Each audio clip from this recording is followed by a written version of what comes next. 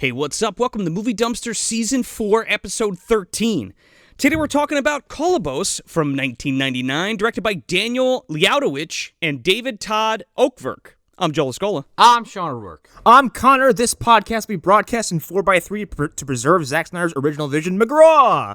I'm Justin Esquell of the Epic Film Guys. Welcome to the dumpster.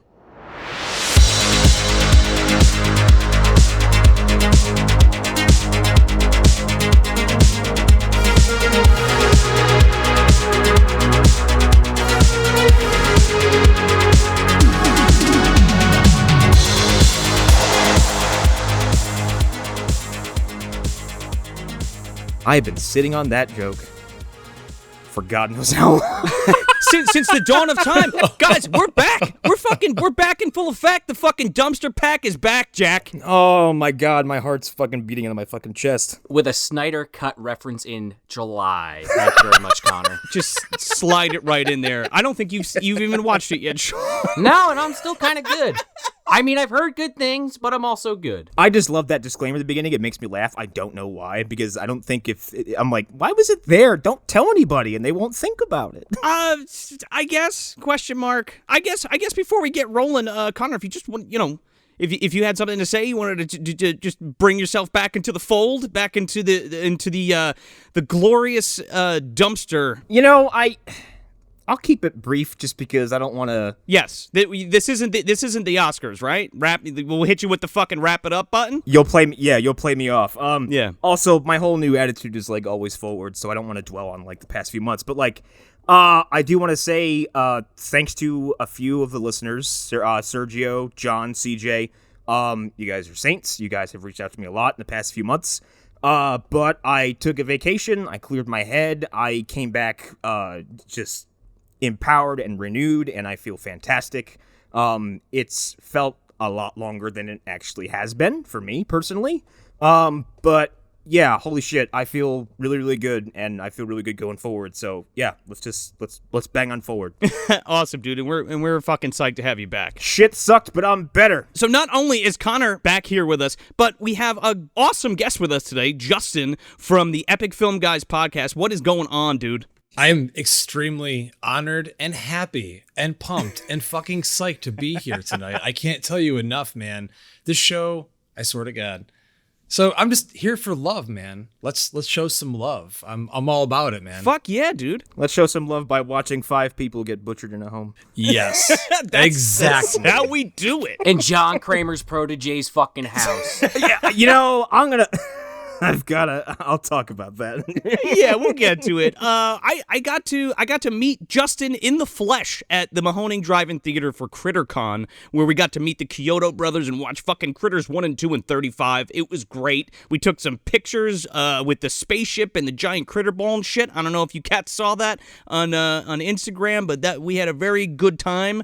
And I'm psyched that we finally got together, and fucking here we are, teaming up, doing the fucking crossover. The Epic Film Dumpster, dude. Epic Movie Dumpster, yeah. Yep. We got plenty of dumpsters on our show. It's mentioned a lot, for real. So, 2 peas in a pod, baby. I actually listened to your Conjuring 3 review in preparation for this. We reviewed it, and I think me and Joe were both like, it was disappointing, but it was okay. You wanted to burn it to the ground. I haven't been that pissed off at a movie in so fucking long. And not only that, but pissed off in the movie theater watching that movie. Oh, no. Yeah, we recommended just watching it on HBO Max. Yeah, and that's what I did. And I didn't dislike it, but I walked away from it going like, man, that sure was missing some wand magic there. Oh, you're telling me. Yeah, also, maybe the case you chose was a little gross because lots of people involved are still very much alive and have opinions on it, so maybe not. What, hold on. What case? They barely talk about it in the movie. Yeah, and that's the thing, too. It's like an accessory to this weird subplot involving I'm like, you gave him a human villain? How fucking strange. It's not, dude, we talk about it on that right, but the case is like a minute long. They're just like, yeah, the devil, he's possessed by a demon, and the court was like, fuck you, and that was it. That was the end of the case. Also, like, the Warrens are ever so progressively becoming pieces of shit in the eyes of the public. So, like, it's probably a good thing this series is probably going to wrap up because, like, they're steadily losing credibility with the people who are discovering who they are. Well, not only that, but even by that time in reality, you know what I mean? Yeah, and all the cases they're involved in, they're like barely involved in. So yeah, without further ado, the 90s lost gem. I like to call it a lost gem. I don't think a lot of people have heard about this film. Have any of you guys seen Kolobos before? Nope. No. I only know about it from Arrow announcing it whenever they released the Blu-ray, but never actually watched it. Oh, dig. So, well, Hold on 1 second, Joe. Hold that thought. Justin, can you just tell our audience all about yourself and your show a little bit? Yeah, we talk about movies and a bunch of shit. You know. Oh, sounds familiar. No, yeah, I mean, we've been a podcast since 2014, so we've been around for quite a while. Maybe some co-host changes and shifts and stuff like that, but we've just been reviewing movies. We do a yearly cancer benefit as well. That seems to be a big deal. We get a lot of different podcasts from all over the country, all over the world, actually, to be a part of it once a year as well. So that's kind of like what we're known for, other than like sitting around and shitting all over the 1976 King Kong movie. That's also a thing. Duan. How oddly specific. We review a lot of stuff. Well, I'm only plugging that episode because it was a few months ago and it's doing very well. So please listen to it. Please, if you're listening to this, listen to that. So you get together, you talk about movies. I can't relate to that in any way. It's just a strange concept. Yeah, right. I know. It's very fucking weird. I'm just stuck here thinking about Jennifer Lang. Well, now I am too. Thanks, Sean. Well, he made King Kong 76. Come on. I know. I love Jessica Lange. oh, wait, you're not going to give Jeff Bridges any love? Jesus. I mean, she shows up in a boat, though. She shows up in a boat. That dress is just, I mean, it's to die for. So what are you going to do? Yeah, right, Joe. We should give Jeff Bridges a little bit of throw him a bone. Throw him a White Russian, honestly. Well, yeah, the fucking Kong abides, dude. That's amazing, dude, about the cancer benefit. I did not know that. That's really awesome. Yeah, maybe next year if you guys are interested, we'd love to have you be a part of it. We just open up slots about like 3 or 4 months before the event. Any podcast that wants to be involved can do whatever they want for the event during that segment, talk about whatever movie they want, literally do anything to bring their audience in to be aware of the cause that we've been very underneath the entire time and pushing forward. So yeah, 100%, man. Anyone can be a part of it. We love it. It's such a great event every single year and have so many different podcasters and content creators. So you're fucking welcome. Come on, have a blast. That's amazing. We would love to be a part of that and support that cause for sure, no doubt. And where can everybody find the show? Where can everybody find Epic Film Guys? Literally up your mom's ass, probably. I mean, it's everywhere, man. At Epic Film Guys. I don't speak to my mom, so how am I gonna? Oh, I would definitely not have looked there. I'm gonna tell you right now. Getting weird places, man. Weird nooks and crannies. But all over the place, just at Epic Film Guys, epicfilmguys.com. We're on every single podcatcher, everything. Literally everywhere. That's awesome. Be a hell way to regain contact with my mom. Like, Mom, the thing I do is up your butt. Hey, I saw that podcast was up your ass. Can I listen to it real quick? Can I listen to it, Mom? I know we haven't talked in 2 years. That's okay, Connor. Put your ear right to my asshole. There you go. Scream real loud into my ass. Listen up, kiddo. He starts climbing up there. He's like E-Gun in the containment unit. He finds fucking Epic Film Guys in there. He finds his old toys. You know, we thought Sam Whipple took them, but Mom just shoved them up there where the sun don't shine. That's where my Bret Hart autograph world championship is. Oh my God, your asshole's a fucking your asshole. Your mother's asshole is a John Hurt portal? Probably, with how things have been shaping up. Hopefully not a Cumdar portal. No, well, it might be. Okay, all right, we're good. That's my mom. We found the line. That's it. Yeah, that's it. That's the preview for this episode. Yeah, so Kolobos. Yeah, so you guys hadn't heard of it except for the Arrow Blue that they dropped. I found this movie in a Pathmark. Okay. I used to go food shopping with my mom, and in the Pathmark in Brick, New Jersey does anybody have you guys ever been to a fucking Pathmark? You know what I'm talking about? Yes. I don't even know what a fucking Pathmark is. Please explain to me. Okay, Pathmark is like a food chain, a grocery store chain, or it used to be. Yeah, are there any Pathmarks left? No. I don't think so. That's like finding an A&P in New Jersey. I don't think they're there anymore. Yeah, and like Grand Union and shit. They're all dead. Yeah. I think where it is, what's there now is a Ollie's. Oh yeah, right by your old house. Yeah. It used to be a Pathmark, and I used to go grocery shopping with my mother, and they used to have like a video portion, and you can still find shit like that in like drugstores or dollar stores. You know, you have the DVDs that are like $5 for like a Blu-ray or some shit. I think every Walmart has a $5 bin, and you can just like dive into it. Oh yeah, but I'm talking like really fucking like bottom of the barrel bullshit that's like there's not an entertainment section, but they decided to just like stick it with the magazines. Exactly. Yeah, I think I bought a DVD that had like 30 different black and white zombie movies on it for like $4.99. Oh yeah, those like slim ass like DVD cases with like 6 Gamera movies. Yeah. Yeah, you open it and it's like there's not even like any care put into taking care of the CDs. They're double-sided and stacked on top of each other. That's exactly how I bought Night of the Living Dead for the first time on DVD. Oh really? Yeah.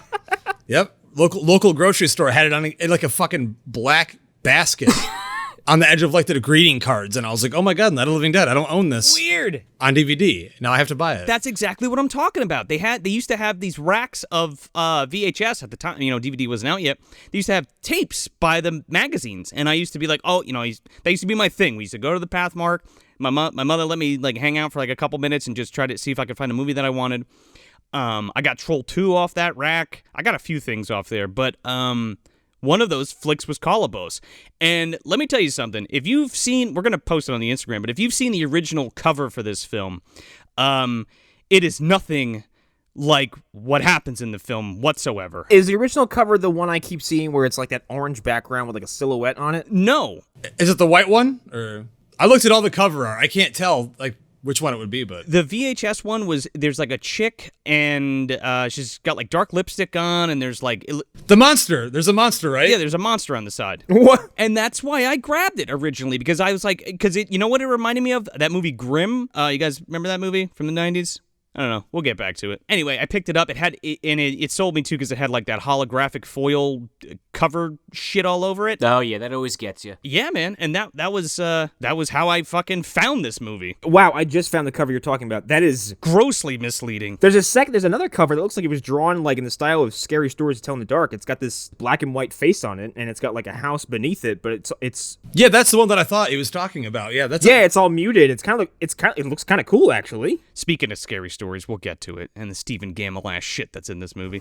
You know, that was the first time I fucking saw it, and it stuck with me because it's first of all, it's not what I expected. I expected a creature movie, and that's not what I got. Instead, I got a psychological thriller slasher ? You got a movie where John Kramer would probably start recruiting some people. No, totally. As Sean alluded to, although I think he would probably take some notes because I can't think of any time he's ever used some of these devices. So I really so I got it. I really liked it, and then it just sat on the shelf. And again, like I was at the Mahoning again, and Harry from Exhumed Films was there because he has this table full of stuff, and he's with Jesse from Diabolic, and he has all the DVDs on the table, Blu-rays, what have you. And I fucking saw it, and I was like, holy shit! And I didn't hear I'm usually keen on the Arrow releases, and I didn't even realize they had put it out. So that was I saw it and I just gravitated right to it, and I was like, yep, I don't even care how much it is, I'm going to buy it.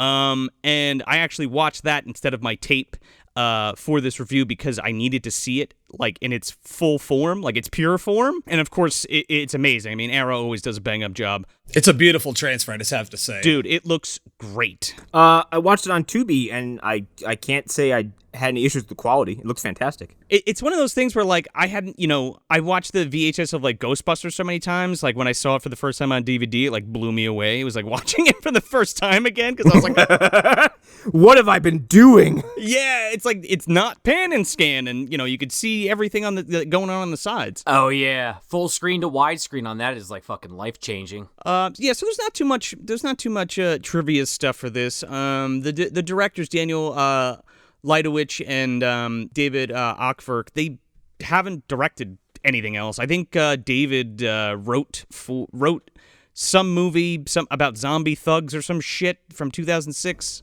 Yes, like you do. I guess. I don't know. I was hoping there was more because I looked and I'm like, you didn't do anything after this? Really? Well, again, Justin, it's funny you bring that up because this is one of those flicks that everybody just fucking forgot. you know? Yeah, I mean, I never even heard of it until Joe was like, hey, we should cover this. I was like, okay. Yeah, well, when you said Kolobos, I was like, Calibos? Are we watching the Clash of the Titans expanded universe? Like, what are we doing? Kolobos. Is Ray Fiennes gonna show up and puke fire into his mouth again? Oh, Kolobos, hello. Oh, Kolobos.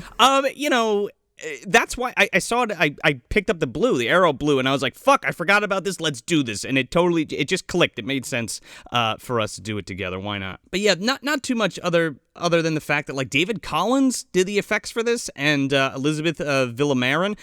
David Collins worked under K&B for years and did like stuff like The Haunting and House on Haunted Hill and shit with K&B. And it shows the effects in this are great.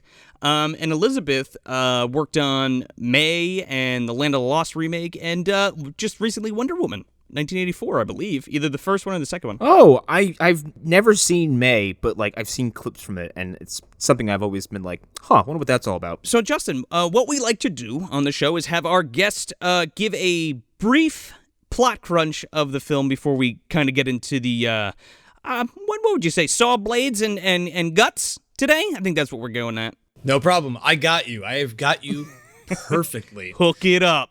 They thought they'd be stars. They thought they have the time of their lives. They thought they knew each other. They thought wrong. Kolobos. There you go. There it is. There it is. Well, I have a question. Why are you not doing movie trailer voiceovers at this point? Like, I don't understand. I'm not, just hearing that, I'm like, I've done voice work in the past, but not recently. Being serious, though. Being serious. For real. You should do more of it. That was stupendous. Thank you. Thank you. In a world where Kolobos means something else and not the word they say it is. But my favorite tagline, though, is legit. When you're dead, no one can hear you scream. When I heard that shit, I literally fell off my fucking couch. Holy shit, dude. So we kick up this flick with this rip-off fucking goblin Suspiria theme? What are we doing? Yeah. God damn it. You stole it from me. You stole it from me as I'm coming back from a hiatus. I mean, we all were thinking it. Come on. I was like, I'm sitting there, I have like a cup of coffee in my hand. I was getting everything ready. I'm like, nice of Suspiria to come by for a couple minutes here. Like, but did they not think that people would notice? Like, really? Right. Was the movie that hard to find at the time to watch? Dude, okay, so Justin, I saw a movie called Samhain a long time ago. It had Richard Grieco in it. Ooh. The opening credits, no joke, just use Suspiria by Goblin. It was egregious. I'm like, are you fucking kidding me? Like, well, I feel slightly better about this movie now. In that regard. How did Claudio Simonetti not fucking sue these people? Because nobody heard of the movie, right? No one saw it. There it is. Yeah, nobody saw it, yeah. It's probably he's already never heard of it, yeah. I will say it kind of fits when you get into the movie because, I don't know, maybe you guys will disagree with me, but I got a pretty heavy Giallo feel from a lot of this. Oh, yeah, dude, yeah. It's got a mix of a few things, but definitely Giallo to the front of the palette, for sure. Yeah, and like the weirder Giallos, where you're getting visuals where you're like, I'm not sure if this is grounded all the way in reality anymore, where it's got like some really out there imagery and some symbolism and like some like odd coloring and lighting choices. I didn't think about that when I was watching it, Sean, but yeah, you're totally right. I mean, you're right in that regard too, Connor, but I'm specifically talking about the music that Joe is bringing up, and there's a lot of, like, you don't know what this killer is. They always just see the black gloves constantly until, like, the last act. That's true, too, yeah. They also have the green and red light everywhere in the fucking house. Right. Oh, yeah, man. And the blue lights just shining and strobing, so automatically, visually as well, it definitely has it there. Yeah, like, after it's all said and done, like, the influences on this movie are, like, it's gotta be just a long list of shit because it's pulling from so many different things. And then, like, when you look forward, you're like, wow, this does have, like just a little bit of, like, this here and this here and this here. It's really good. I think it works to mostly a good effect. I think this is, like, has to be, like, the first reality show horror movie, like, ever? I can't think of another instance of this is more like Big Brother because with the hidden cameras and like because it's supposed to be like just kind of blend in because like if it was you said Real World and Road Rules and I kind of get that vibe too. Yeah, it's like Real World meets fucking Saw. Before Saw was a thing. Yeah before Saw. Yeah, I wish I could go back in time and put Puck from the Real World into a fucking reverse bear trap, but alas, the opportunity is gone. Or the Miz. Yeah, or the holy shit. Oh, little pudgy boy Miz. Tepid beginnings. Oh, yeah. Yeah, no, I can't think of something else like this that I've seen in the last 2 decades or so. Nothing jumps to mind anyway. I could think of stuff. Halloween Resurrection jumps to my mind. Well... The only thing that came to mind immediately was like a modern slasher version of House on Haunted Hill. That's what just immediately came to mind. Oh, okay. Yeah, especially when we get to, the fucking house clamming up and shuttering to, closed. And that's where I'm like, Jigsaw could take some pointers. And it's fucked up because it's like, do you think like a bunch of people saw this film and more famous people and they just took the fucking idea and like put it in House on Haunted Hill and put it in Halloween? You're saying Llewellyn and James Wan were just like, starry-eyed children going like, wow. Dude, let's watch Kolobos tonight. What a concept, James. Let's go make a movie. Oh, listen, I got a great idea, Lee. We're going to watch the Changeling and Kolobos tonight and our lives are going to be changed forever. Yeah, and you're going to be sitting there saying, damn, this music sounds really similar in both of these movies. But the movie opens with this the kind of intercutting of this woman drawing these different, I guess you could call them disturbing images of just like flayed people and like skeletons and shit. And we're cutting from that to, again, this like Giallo-esque kind of just somebody in a black trench coat with gloves on installing, as we find out later, traps. But it kind of at first just looks like somebody doing handiwork around their house. Yeah, like they're doing their electrical work. Oh, well. Gotta fix the toaster. Razor blades go in there. Tripwires go over here. Let me zip up my elbow-length leather gloves here to take care of business. They can't leave any evidence. I mean, whoops. Oh, what? And it kind of, the montage kind of ends as we roll into the main movie, kind of focusing on this one painting. And it's creepy, dude. These paintings are like a mix between like Clive Barker and Stephen Gamble drawings. Because Connor mentioned Scary Stories before. The original Scary Story books, you know what I'm talking about. Those are the ones that gave you fucking nightmares when you read those stories. Yeah, and the art is interesting because the art has, like, you find out later it's from the same person, but no two pieces look the same. No. They're all vastly different ideas and styles and concepts, and, like, I kind of like all the art. I kind of like some of the art more than I like some of the movie, to be honest. I would actually have to agree with that myself. I really enjoyed the opening. Actually, I was very intrigued, and it got me kind of captivated a little bit. I'm like, hey, look at this. It was very well done, considering knowing what the budget would have been on this kind of thing. Like, a lot of creativity in that opening, I felt. Oh, for sure, man. I like that one in particular where there's like a family portrait, and then there's like this ghoul like eating one of the children. That one freaked me out. See, and also, like, I gotta talk to my brother because this is the kind of stuff my brother draws, like all the time, and he can do it in like half asleep. And he just crank one out in like 10 minutes. I'll talk to him see if I can get a few pieces to show off, but like some of it's very similar to stuff he does. Oh, totally. Okay, I thought you were going in a totally different direction with that at first. Like, I gotta talk to my brother. I'm a little concerned after seeing this movie. He was drawing artwork. He set up this house rigged with all these cameras. I don't know. I gotta talk to my brother. It's like, hey, I saw a movie. Kind of remind me of that weekend you had. Did you kill 5 people? Maybe. Well, maybe. But yeah, to Justin's point too, like, speaking of the low budget, there's a lot of great cinematography in this film. And we're kind of going through, after this opening, it cuts to like this alley, and there's a lot of POV stuff where this person is walking through the rain, they get hit by a car, and then all of a sudden they end up, in a hospital bed. Well, she gets hit by. Okay, so an unseen female is hit by a car, and it's all in first-person view. She also gets hit, and there is like a bucket of blood on the hood of the car. I'm like, that woman's dead. But the driver gets out, and he's kind of trying to calm her down, and she's like, Kolobos, and he's like, what? Is that your name? I'm like, why would her name? Anyway, it doesn't matter. The answer's a ring with 3 pearls. He was looking right directly at her. You could see in the shot he was looking. Why did you hit her? I saw you looking, dude. I swear to God. I was like, he sees her standing right there. Some people just need to be hit, dude, I guess, right? Ooh. I mean, I know it's low budget, but you're 100% right. He fucking slow rolls into her. Honey, why did you drive into her? I thought she was the ghost of Bloody Fingers, all right? I had to kill her. She came right out of that fucking Scary Stories book, man. Yeah, come on, dude. I see a girl covered in blood in the alley. Ghost. I mean, honestly, she probably came out of a bar.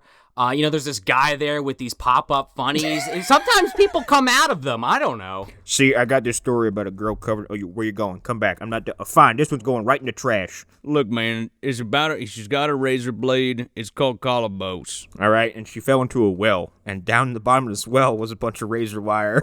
No. It's not that movie with the VHS. Well, maybe there is a VHS tape. Actually, never mind. You know what? I hear lawyers coming already. We're just gonna toss this in the trash, all right? Hey, don't come after me. Listen to the music in the beginning. By the way, what are they gonna do? I'm God, basically. What are they gonna do? Sue me?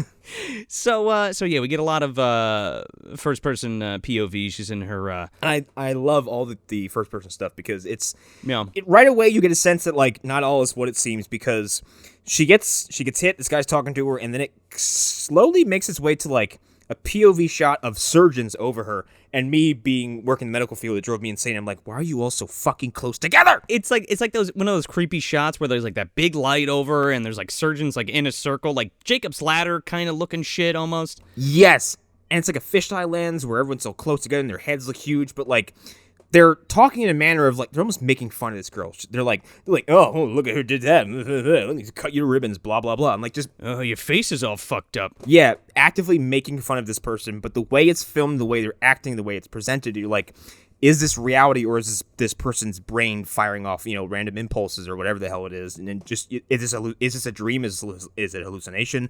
Are these doctors suspicious? Like, what's going on? So, Who knows? It's a big mystery, right? Kolobos.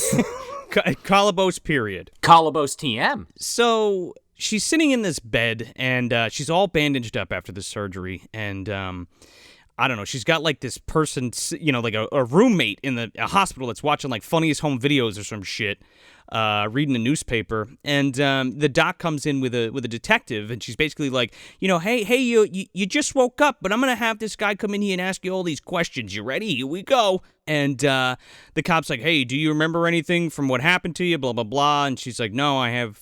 She doesn't say anything actually.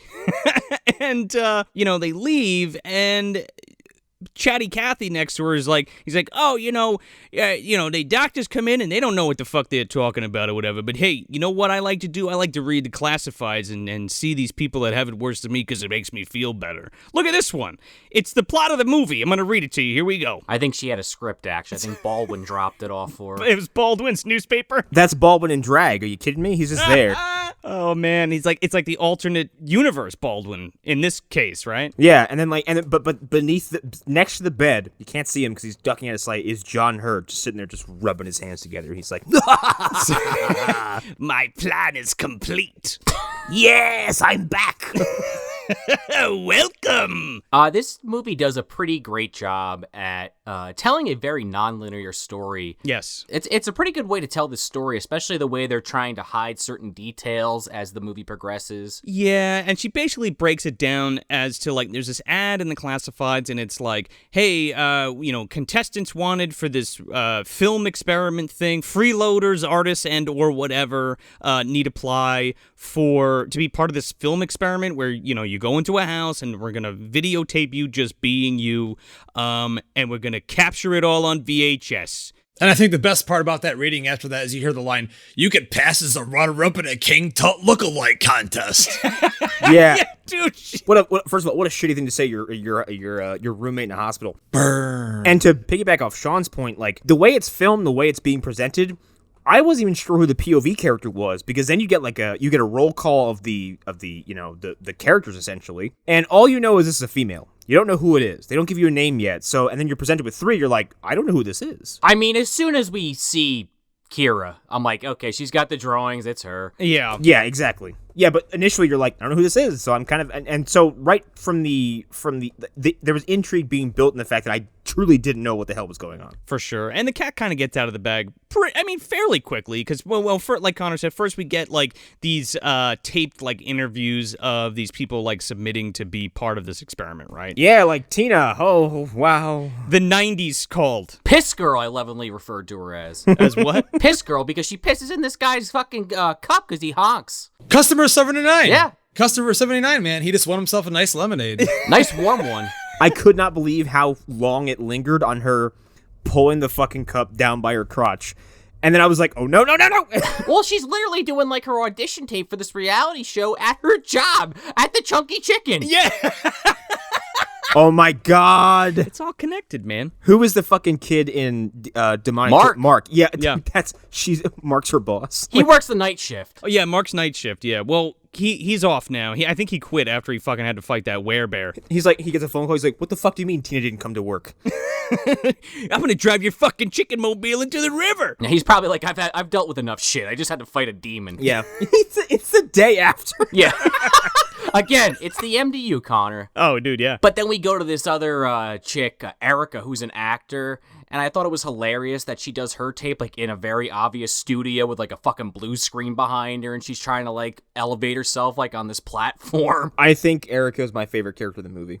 She's so fucking saucy, dude. She's like, yeah, I've done a lot of questionable movies, but I'm a serious actress now, so consider me for your reality show. Well, and then she has this like that breathy voice of like an old-timey actress. Like she's really trying hard to impress whoever this strange person is who's taking these tapes. Oh yeah, she feels like she's 60. Yeah, exactly. She's like, now that I'm a legit film star, I'm ready for my close-up.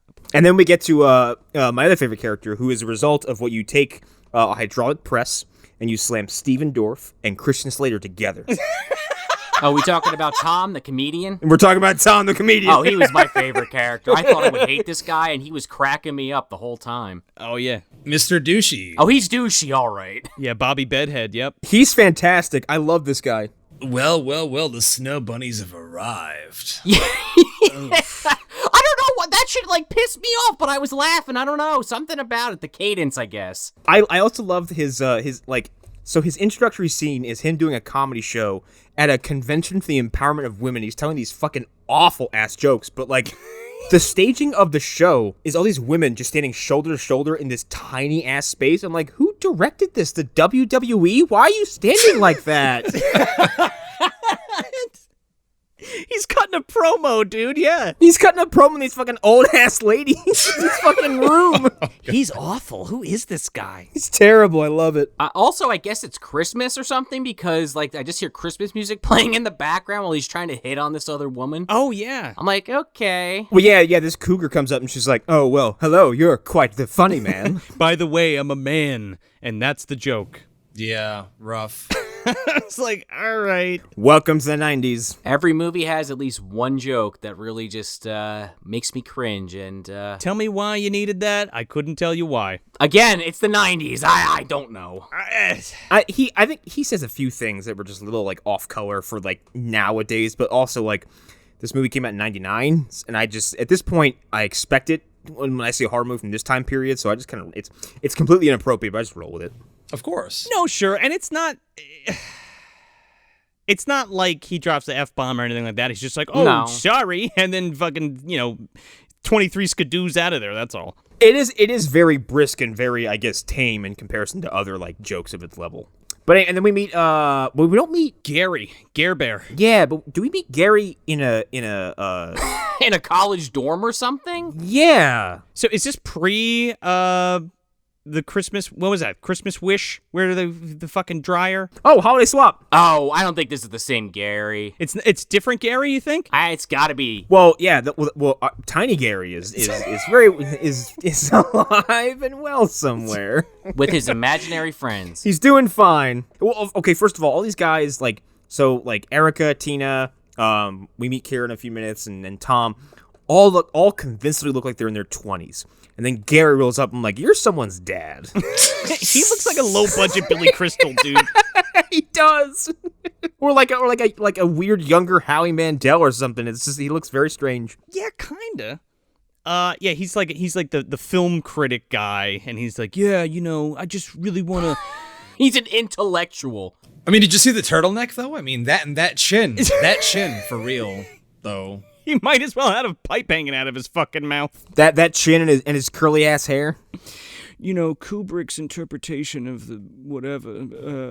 Kubrick made The Shining because he was upset about the slaying of the Indians, but also he made that movie because he faked the moon landing and wanted to tell people about it. Yeah. Right. Did you see this can of corn in the background? Let me talk about it for 10 minutes. It really speaks to me in a subversive yet clandestine way that really brings out the colors of the scene. I'm glad that there's people who can make fun of that fucking documentary without you actually having to name it. You could just Oh, I knew exactly what you're talking about. Come on. Yeah, exactly. No, that's why I think it's hysterical. Because I think if you brought Arlen or Hunter on here, they would follow suit too.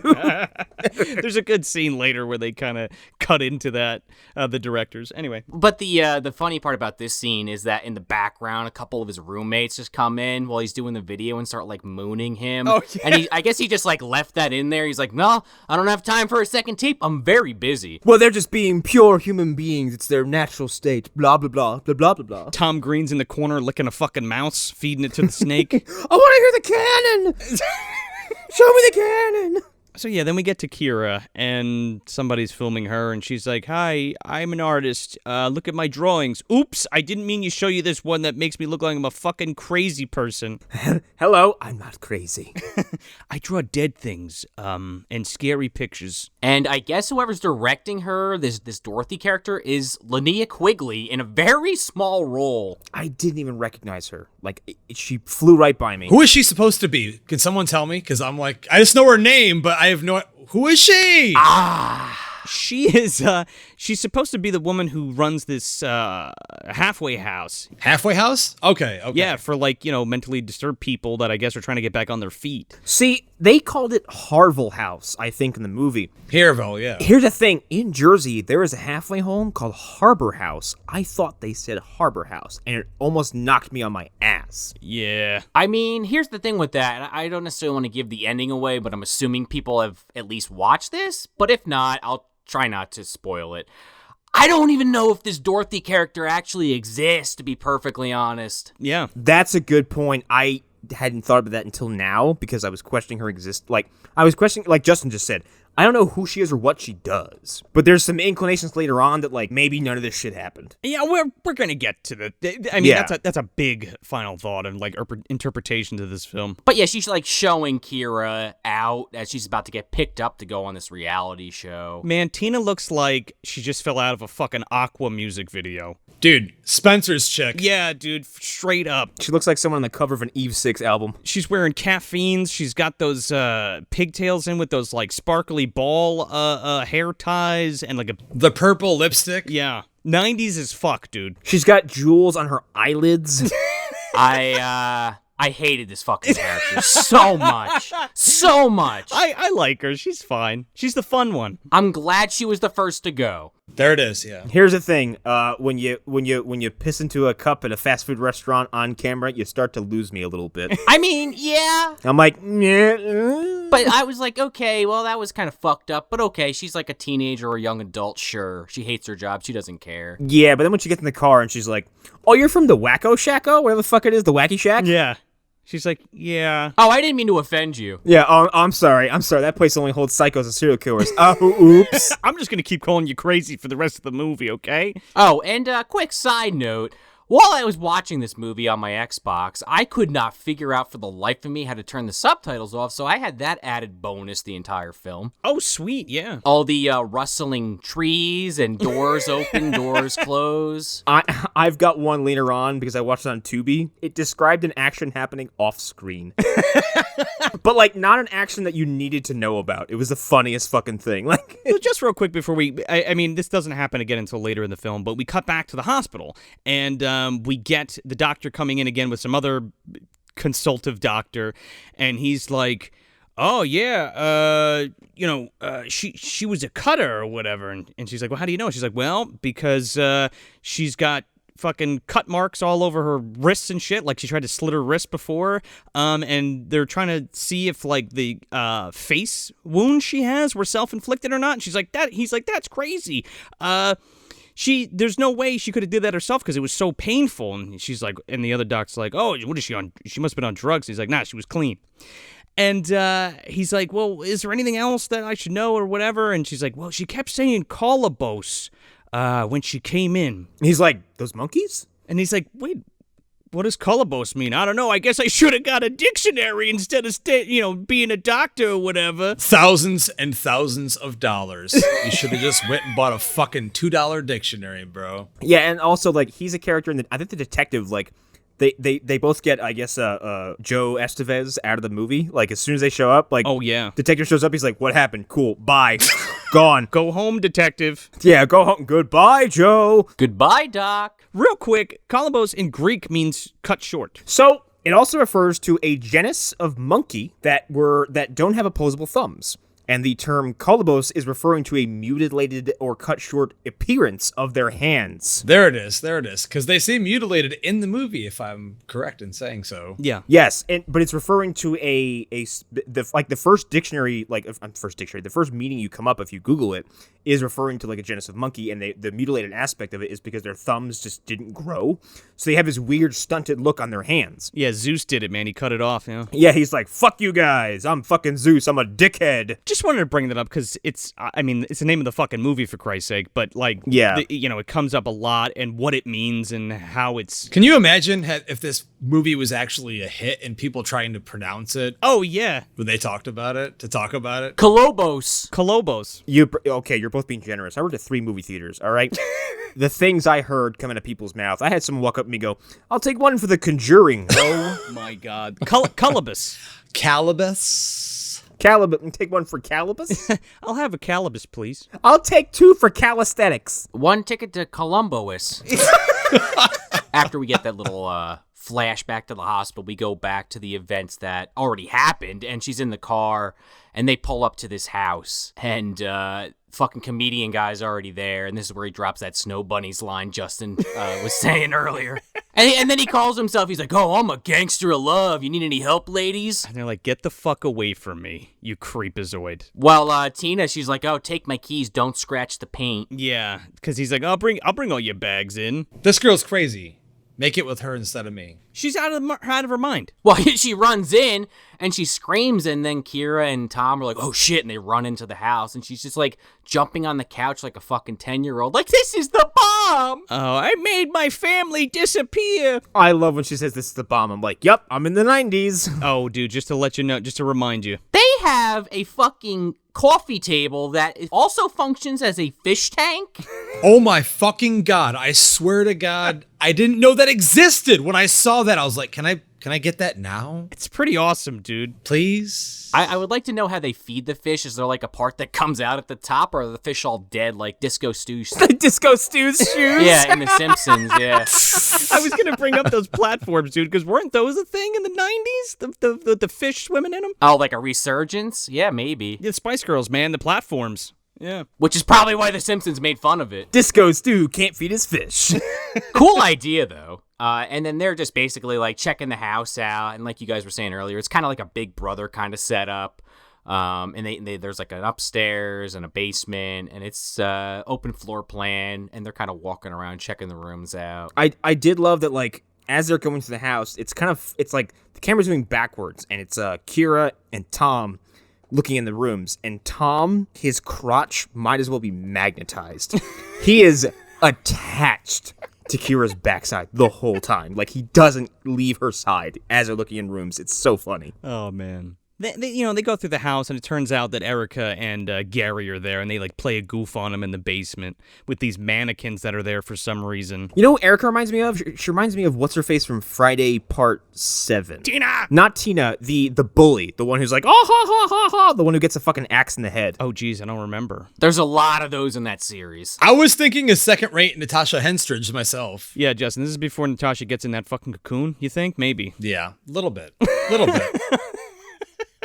So, yeah, they freak him out, and they have this, like, awful fucking dance scene where they bond, ? Yeah, but then we have, like, this weird scene where Kira's upstairs just drawing, kind of staying to herself, and then Tina keeps, like, harassing her. She's fucking going through her things, dude. She's like, yeah, I'll just unpack your stuff for you. Your medicine bag, by the way, not like her suitcase. Yeah, the toiletry bag, yeah. Kira's drawing. Like she's drawing by herself. Like she can't hear Tina for some reason. Like she's too far away. So Tina's like, should I unpack your stuff? Nothing? Okay, yes. And just starts unpacking her stuff. I'm nosy. Here I go. Yeah, and then pulls out her medication, and that's when Kira kind of steps up and she's like, the fuck, bro? Yeah. I was almost expecting her to take a couple. Right? I'm not gonna lie. I thought that's exactly what was going to happen. She's like, oh, dude, are those kind of pills? Wink, wink. Those kind of crazy pills? All right. Let's party. But she doesn't. Slam cut to her seizuring on the ground, foam coming out of her mouth. Oh, no. She's like, what are you, some kind of head case? Oh, yeah, man.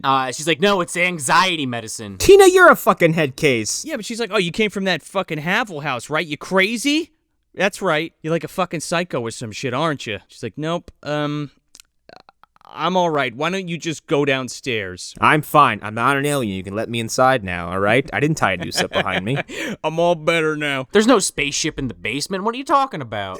That's why the basement door's locked, because the fucking player's down there. Watch Gary, okay? He was around the dog's lot. Watch Gary. So she goes downstairs and she tells everybody. She's like, she's fucking crazy, man. She was from that psycho house. She's taking pills. I do like that at least two people in the room were like, that's fucked up. Why'd you do that? Yeah. And Tom, being the douche comedian's like, serial killers. Oh, man, this feels like an episode of Jerry Springer. 90s. Yeah, fucking somebody play the air horn sound. So, you know, Kira's by herself and the fucking TV flips on and Meat Loaf comes on the TV and he starts, Hello, I'd like to play a game, Kira. hey, you ever listen to Bad Out of Hell? And then he starts like cutting his fucking face off. I would do anything. Slice full of slice. But I won't do this. And then it just cuts off. Do you think he ate the slices or threw them away? I think he ate him. Oh, we're talking about Meat Loaf, dude. He's boiling them up. He throws them in the air fryer. Actually, that'd be too healthy. He deep fries them. What you can't see is like the skillet beneath him. He's just fucking laying it down, just like pouring bacon grease into the pan. Frying it up, making some fucking meatloaf chicharrones. Today, Kolobos bacon exists. So she sees the screen. It's like, it's this dude on screen who, I don't know, he looks kind of, you know, he's got like mid-facial procedure, and he's like, Kolobos, today you exist. And he just fucking peels a piece of skin off his face, and just like the camera cuts out. Let's say cut short every time Kolobos comes up. Kolobos, it gets cut. Yeah, just cut short is coming. The monkeys with no thumbs, they're coming. To get cut short, the monkey's thumbs. But then they like order food and like it gets there. The fucking director brings it of this show. Right. Oh yeah. Right. Yeah, what's this Erica chick have a problem with food, man? She was like, why don't we do something more interesting? I'm like, what do you mean? Are you not hungry? Do you not eat to live? What the fuck is wrong with you? I sustain myself on acting. On crackers. Let's do something constructive. Yeah, and both guys look at her like they want to fuck. Let's stage a scene. we're all hungry. Pretend we're all hungry. We'll do it that way. But then we won't eat. You get it? The food is a metaphor. Well, basically, like, Tina, she comes up and tells Kira that, you know, like, the director came with these pizzas. But as she's, like, kind of getting herself, like, ready in the bathroom, she has, like, a vision of that meatloaf motherfucker, like, for, like, a half a second, like, Bloody Mary or something. Oh, dude, Barry White shows up in the fucking shadows. Is it all, like, singers, like, haunting this house? Yeah, Yanni's there. George C. Scott's there. Well, Yanni's got to come and crack the case, dude. Right, he comes after everything's said and done. Yeah. Was it Billy Joel in the mirror? It's like, it's just a fantasy. Whoa. No, that's Michael Jackson. I'm talking with Kira in the mirror. Yeah, so she comes down, and we had seen this scene earlier in a kind of a montage when she's first brought to the hospital. And this guy's basically like, okay, yeah, are you guys all sure you want to do it? Because once you agree, we can't have any contact. Let the dangertainment begin. And then he's like, all right, here's your pizzas, see ya. Here's your tape recorders. What? Dude, we'll get to it, but there's like cameras in the fucking shower and shit. I'm like, excuse you? But then we get this kind of clue that Erica and the director are together because they kind of walk out and are kind of getting real close to each other. And it could be interpreted a couple different ways because she could just be like a starfucker or whatever. I felt the performances clearly showed that they were in a relationship. Exactly. Basically, it's everything but give him a kiss on the way out. And he's like, all right, I'm going to be in my trailer. And I really love how they do this shot where you cut back to, like, the trailer where the monitors are for all the cameras. And at first, I'm sitting there like, oh, shit, is somebody already in there? Because, you know, like, sometimes the camera you're just assuming is the POV of the killer. but not in this particular case. It just, they do this cool thing where he comes in, you just kind of hear him in the background, the lights pop on, and he sits down. And this motherfucker, he doesn't even pay attention to what they're doing. He just grabs a book. Yeah, he's reading like fucking, what is it, Rebel Without a Crew. Isn't that the book that he's reading? No, he's reading a book called The Making of El Matador. Oh, it's a riff on that, man. Oh, okay, I didn't realize that. And then when the monitors comes on, it goes, "Hello, Zep." Hello, Carl. "Hello, Carl." So it turns out that I'm commandeering your house full of traps. I heard you were putting a house full of traps in my neighborhood. I have to sue you. You're infringing on Jigsaw TM. I don't know if you know this, but I bought this whole fucking city in a housing project, okay? You didn't sign up as an apprentice. By the way, I'm Conor McGraw. I know everything about Saw, so please ask me. What I just said was canonical. John Kramer was just a rich maniac, is what he was. That's exactly what he was, but that's a different show. He's like reverse Batman. Yes, he's fucking wacko. So they're all around the fucking table, and they're like, oh, you're an artist, right, Kira? And she's like, who told you that? And you're like, I don't know. I heard it on your audition tape. You brought a giant book of fucking pictures. What are you talking about? We listened to your podcast. Yeah. Well, that's what I'm saying with this, like, relationship with her and Carl or Alex or whatever the fuck his name is. That, you know, obviously he gave her the scoop and she knows what everybody's all about, because she's even, like, going off on Tom because he kind of makes a sexual joke. And she's like, yeah, what are you, the kind of comedian that... I can't even remember what she says. She basically just belittles him, essentially. And he's like, all right, you won this round. Oh, yeah. Oh, yeah, she calls him, like, the fart joke making comedian, and like implies he's just chasing tail. I mean, let's face it. She's making the small dick analogy. That's how I read it. Oh yeah. Yeah, straight up. Yes, that's what it was. Yeah. And he kind of like, knowing that she's not interested in his shit, he's like, okay. Touche. You get that round. Yeah, she says some shit like, did you start telling jokes because you didn't want to get your ass kicked on the playground, or because some other reason? I was like, I feel seen. This is where you really start to get the idea with this character. Like, if the intro of her wasn't already apparent that she's really up her own ass, now it's like, oh, when I was in elementary school, I played Tinker Bell and Peter Pan, and I just knew I was going to be an actress from then on. They're like, okay. You want to watch my horror movies? All 6 of them. And doesn't Tom say something like, "Oh, just trying to be the center of attention, aren't you?" Like, I feel like someone makes a comment about that. Right, and that's when she flips it on her. Yeah, that's how they start going back and forth. But Kira busts out her book after like everybody like forces her to show them her art. I gotta tell you, I relate to this on a personal level because I have books of art that no one's allowed to see, because a lot of it's like when I was like 14 and shit, but like it's stuff that like I look back on and be like, yeah, don't ever be like this ever again. But like and then to be at a table where people are like, let me see, oh, it made my skin crawl. Yeah, but like, you know, later on you find out like, well, you're not exactly all that well put together, but like, no kidding. See, I'm the opposite. I'm like, oh yeah, please somebody look at this. Yeah, no, that for the love of God, retweet this. Honestly, maybe there would be some red flags in those, but yeah, no, like I have lots of art that no one's ever seen, that no one's ever gonna see, because it's personal. Sure. So yeah, watching this, I was like, ooh man, feeling for that girl right now. But she also, like, in a previous scene when she's still with Linnea Quigley, she's like folding all of the more disturbing images back so that they're harder to kind of get access to. Yes, and like, funny enough, I have actually gone through and tossed out a bunch of stuff where I was like, this is representative of a person I no longer am, so I got rid of them. So yeah, it was weird to see this scene like just resonate with me so well, and made me so effectively uncomfortable, which I think maybe was the point for some, maybe some artists out there. Oh, totally. Yeah, it worked. And for this 5-minute period, I was like, oh God, leave her alone. Well, yeah, especially stuff that you might be ashamed of, or how people are going to react to it, because it's quote unquote weird, Yeah, like some of that is like, if you suck the context out, like some of that could be the reflection of just a very bad day, yeah, or a very bad time, or just venting out a very specific emotion, and like to have leering eyes on it who don't get it would just be so, it's so exposing. It makes you feel so vulnerable. Yeah, it's just, well, yeah, but they'd also encapsulate you as that, like, straight up. Yeah, exactly. They're like, oh, is this what you are? Yep, I guess you're fucking nuts. I guess you're crazy. Shh, don't tell anyone. I can't let you leave this house. What? So they look through fucking Stephen Gamble's sketchbook and they're like, what is this? And she freaks out and runs away upstairs. She like, it cuts and she's like falling asleep on her bed, and like This was a creepy scene because she drops her fucking drawing pad and it gets like slowly pulled under the bed. Yeah. Oh yeah. That was a great overhead shot. I really enjoyed that a lot, actually. Yeah. The way that it went to the found footage style and everything like that. Oh, I actually really enjoyed that. Yeah, man. I like how, because this movie cuts back to like the like monitor vision, quote unquote, where it's like a staticky kind of like VHS monitor. But Trantor's under that fucking bed. No, it's Meat Loaf again, and he goes to grab her and he like touches her hand. I'd lie for you, and that's the truth. I can see paradise. Don't ask me why I know so many choruses to Meat Loaf songs. Blame my mother. She's coming up a lot tonight. Yeah, in ways I wish she didn't.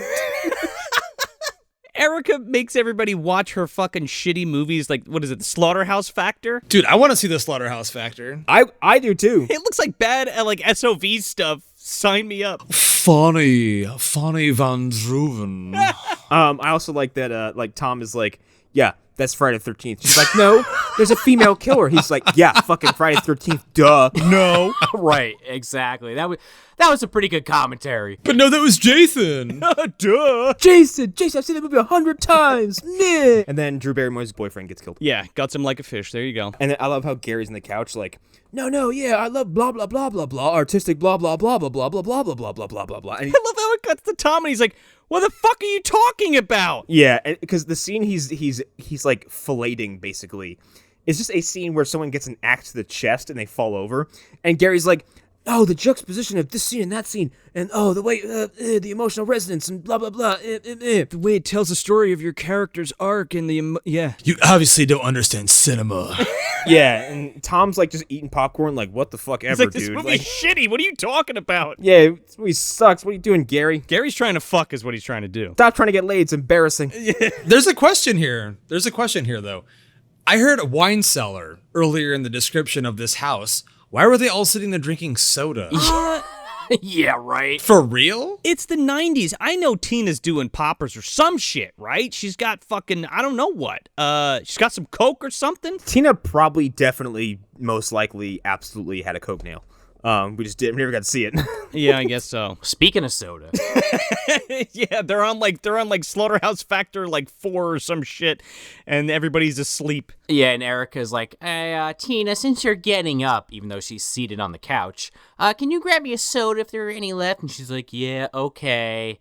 And the movie's like, you know what? I think we've done enough setting up. Let's get this bitch rolling. 36 minutes, guys. We've done some developing. We're going to get right into the crazy ass shit. 36 minutes.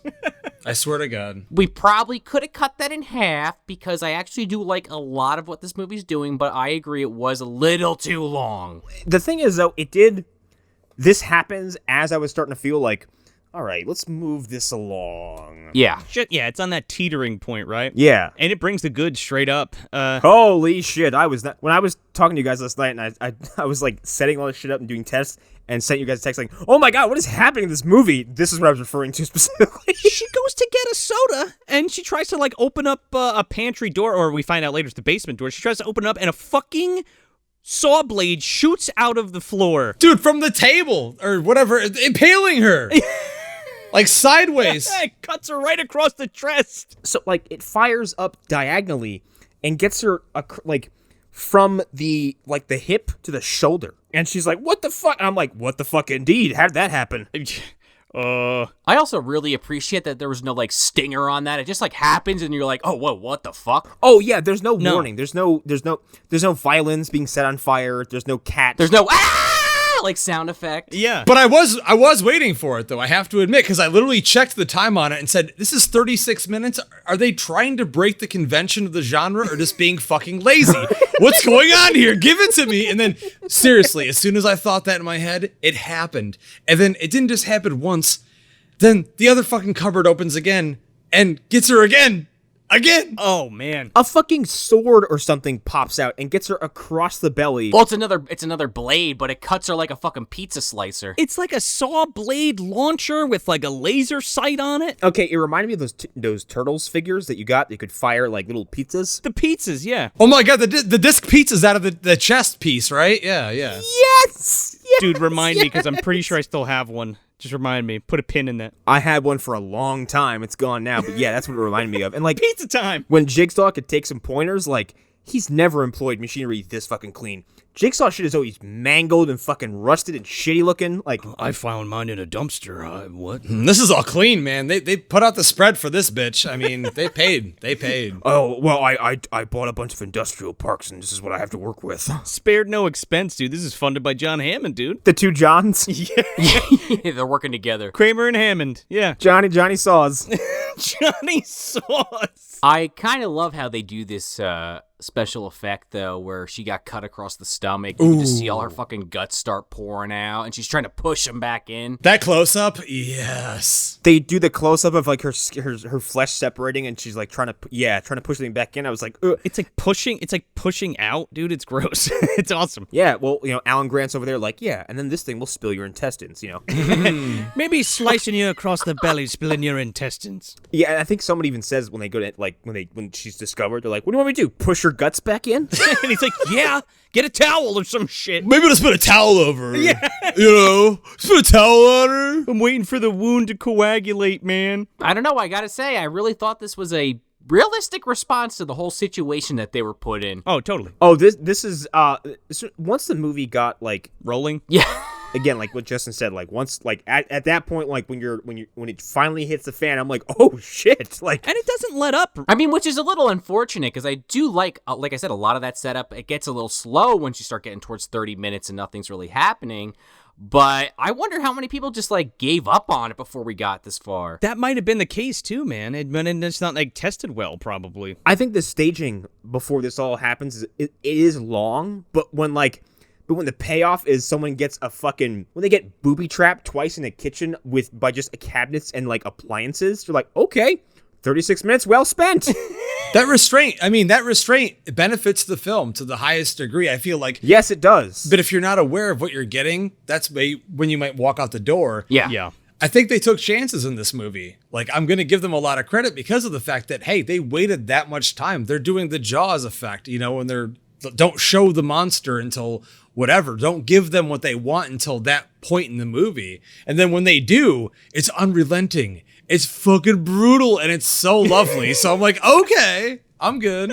Yeah, and then as a viewer, like for me, at roughly 40 minutes in this is like an hour and a half, 90 minutes? Yeah, something like that. To me, in my head, like just by like assessing the pace, I'm like, okay, from this point forward, it should be all goods. Like, I shouldn't have to worry about the movie losing its pace. Oh, yeah. So, like, from that point on, I was in. Like, I was strapped in. I was like, fuck yeah. Because then, like, later on, some of the more, the other kills in this movie are fucking out of this world sometimes. Like, the one in the shower particularly resonated because, like, woo! We'll get to it. Yeah, please. I'm getting wet in the pants, seriously. I'm not even going to lie. Not even going to lie!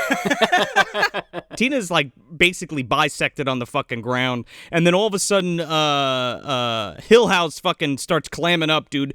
Like, steel shutters start closing all over the windows and the doors and shit. Oh, yeah. And locks everybody inside. Jeffrey Rush is like, I didn't do that. Well, it's like Panic Room, but it's the whole house. Yeah. Or The Purge or something like that. Again, Jigsaw, pointers. Why give your guys an escape route? Just seal off the whole fucking building. I know this wasn't mentioned yet, but I have to interject here while we're talking about the house. Yeah. Did anyone else think when you first saw the house that the vision of that house and the design is very memorable? I thought it looked fucking awesome. I'm like, I want to know that house still exists now. Yeah, kind of. Isn't it? It's almost like in a horseshoe shape, is it not? Yeah, it's very 90s, but the way that it's set and the way that it's shot, it's got a very memorable look. Yeah. Maybe I'm reaching real deep here with that, but I don't think so. I agree, because the way it's filmed, at least, makes it look like it's fucking huge. yeah. So, like, you have a lot of room to play around with this concept. And, like, from budgetary reasons, like, you don't get anything that's too... Like, you don't get a floor made of lawnmowers, Saw 7. And, like anything too insane. But you get a layout that's big enough to the point where you can have people run from place to place, and you don't feel like you're seeing the same things over and over again. You don't feel like you're kind of trapped. Like, you don't get that claustrophobic, like, I'm just looking at the same shit over and over again feeling. Like, all the rooms felt distinct. But it also works. Yes, it works totally well. Because now the dilemma is, all right, now they know the house has something fucked up with it, because, like, they keep yelling at the cameras and they get no reaction. In fact, they actually see that the cameras are still rolling and getting all this. Yeah. And they're like, we're being filmed.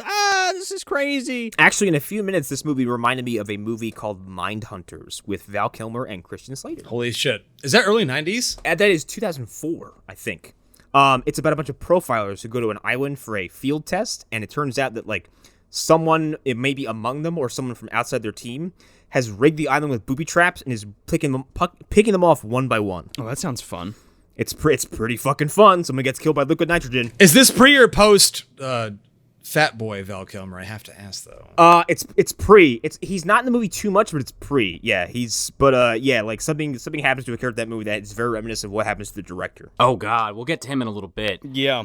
Because first they kind of have a debate who's gonna get the towels to try to sop up some of this blood on Tina. So we gotta put Tina back together. Somebody get some towels. Somebody get towels and duct tape. And at this point too, Kira starts kind of freaking out heavy duty because she can't find her medication. And she's kind of doing this like chant to get herself calm. Meditation, yeah. Yeah, and so Gary and Erica go upstairs to get towels. And, they do a really good job of making walking around this house creepy as hell, because I'm just sitting there thinking like, it's just a house, just fucking go get the towels. But then I'm like also sitting here saying, you know what, I'd probably be fucking creeping around too after that. Well, there's fucking saw blades shooting out of places, man. Yeah.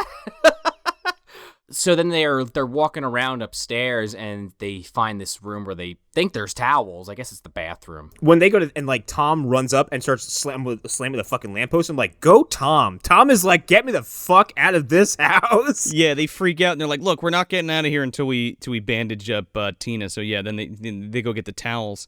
And they open up this fucking closet and they flick the light on and it like explodes, and I guess that was hooked up to the entirety of the house because all of a sudden it turns into Suspiria land. There's like red and blue lights flashing all over the place. Yeah. Claudio's in the back on his little fucking synth. They open the closet and he's just there on his fucking keyboard.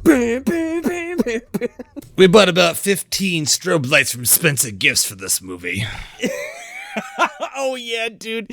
Tina brought in, that's all she brought in her fucking suitcase was all these fucking strobe lights, so he just rigged them up like as a goof. Maybe. She's like, where's my strobe lights?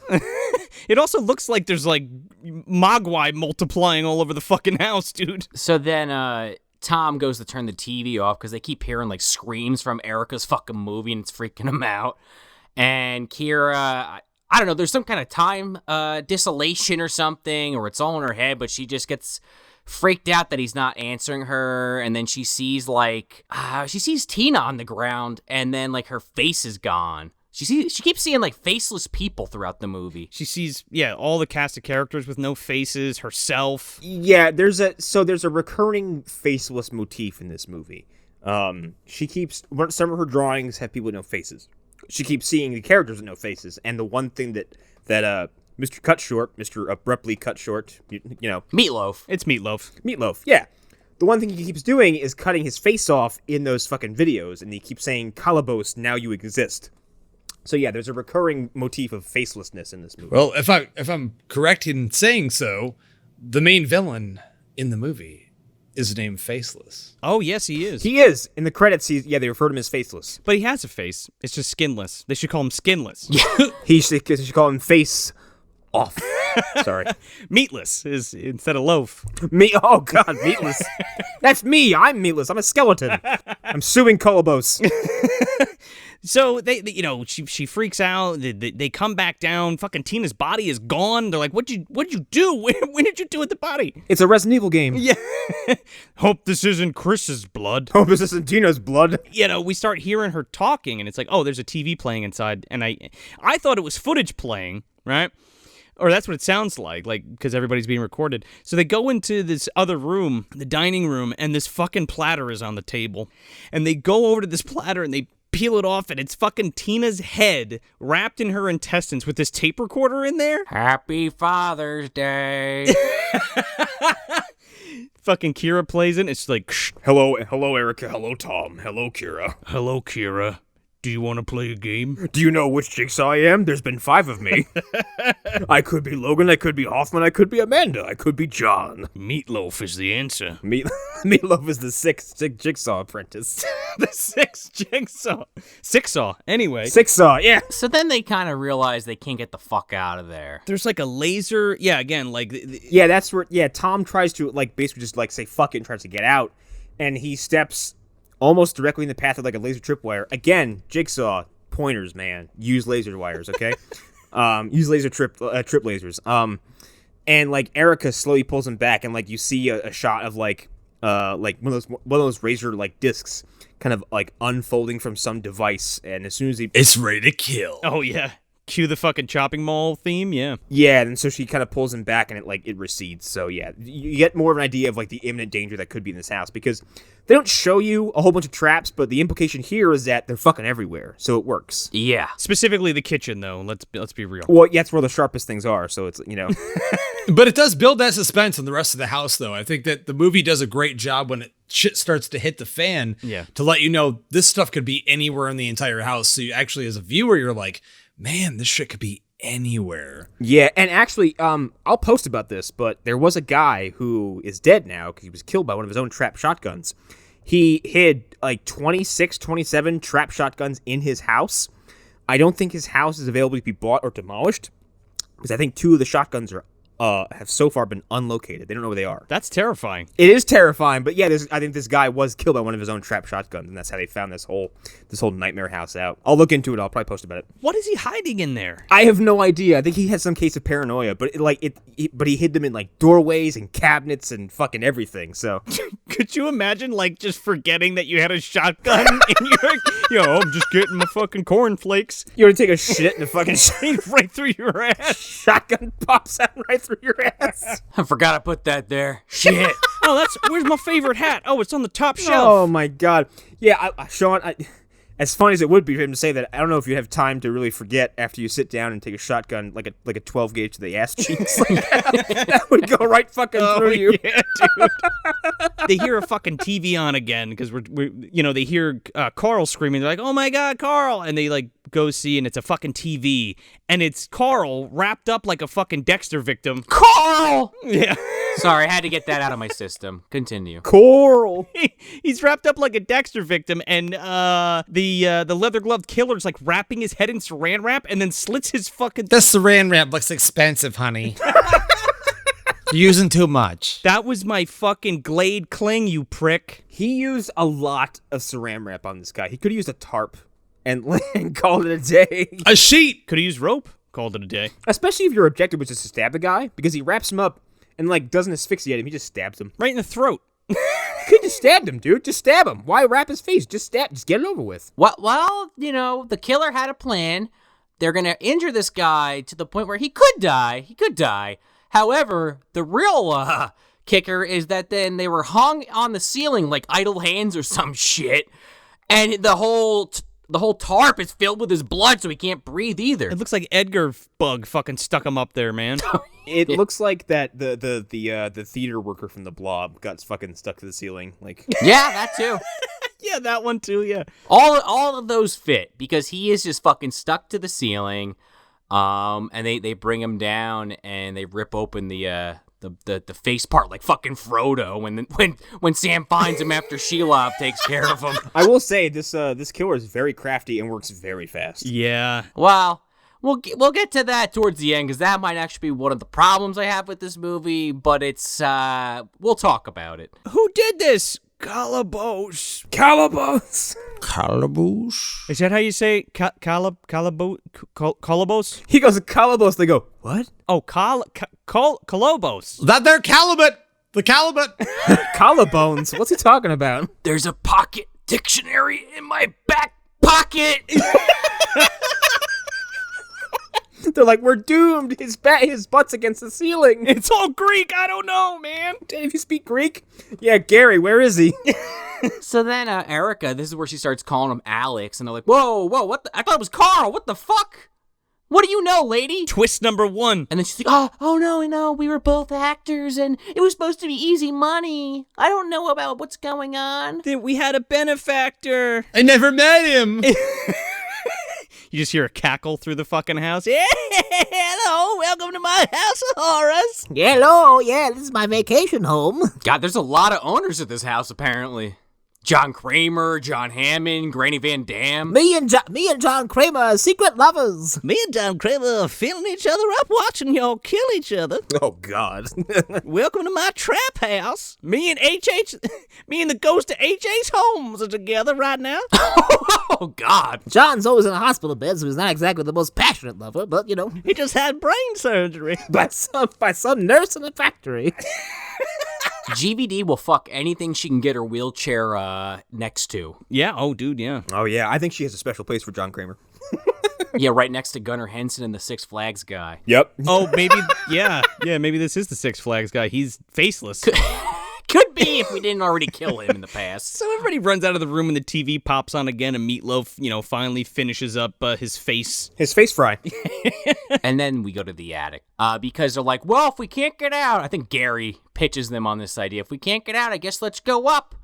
And so they head up to the attic all slow as fucking mice, and they get up there. And I was thinking I know it's just an attic, so you could think of a million movies, but my brain went right back to the Deadly Spawn. Yeah, yeah. Yeah, actually, and Justin, you mentioned House on Haunted Hill. Like, I believe they get out of that by going up, like, all the way to the top floor. Right, yeah. And, like, crawling out a window, right? Yeah, they get out a window, yeah, and, like, the ending joke is, like, how do we get down? I gotta admit, I've never seen that version. I thought you were talking about the Vincent Price one. Yeah, the remake, man. Oh, no, dude. Oh, the 2000s remake is, like, kind of fucking cool, actually.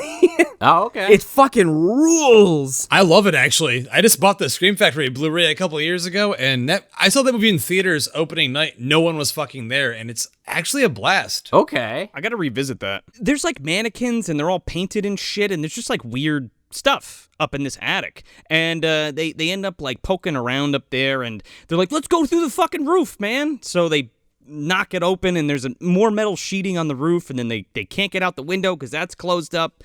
And then, I don't know what, Gary hears a fucking noise and goes downstairs. Yeah. Here's a dryer. Thump, thump, thump, thump. You know, because it's crawl through it. Where's Gary? Gary's getting it, motherfucker. That's where Gary is.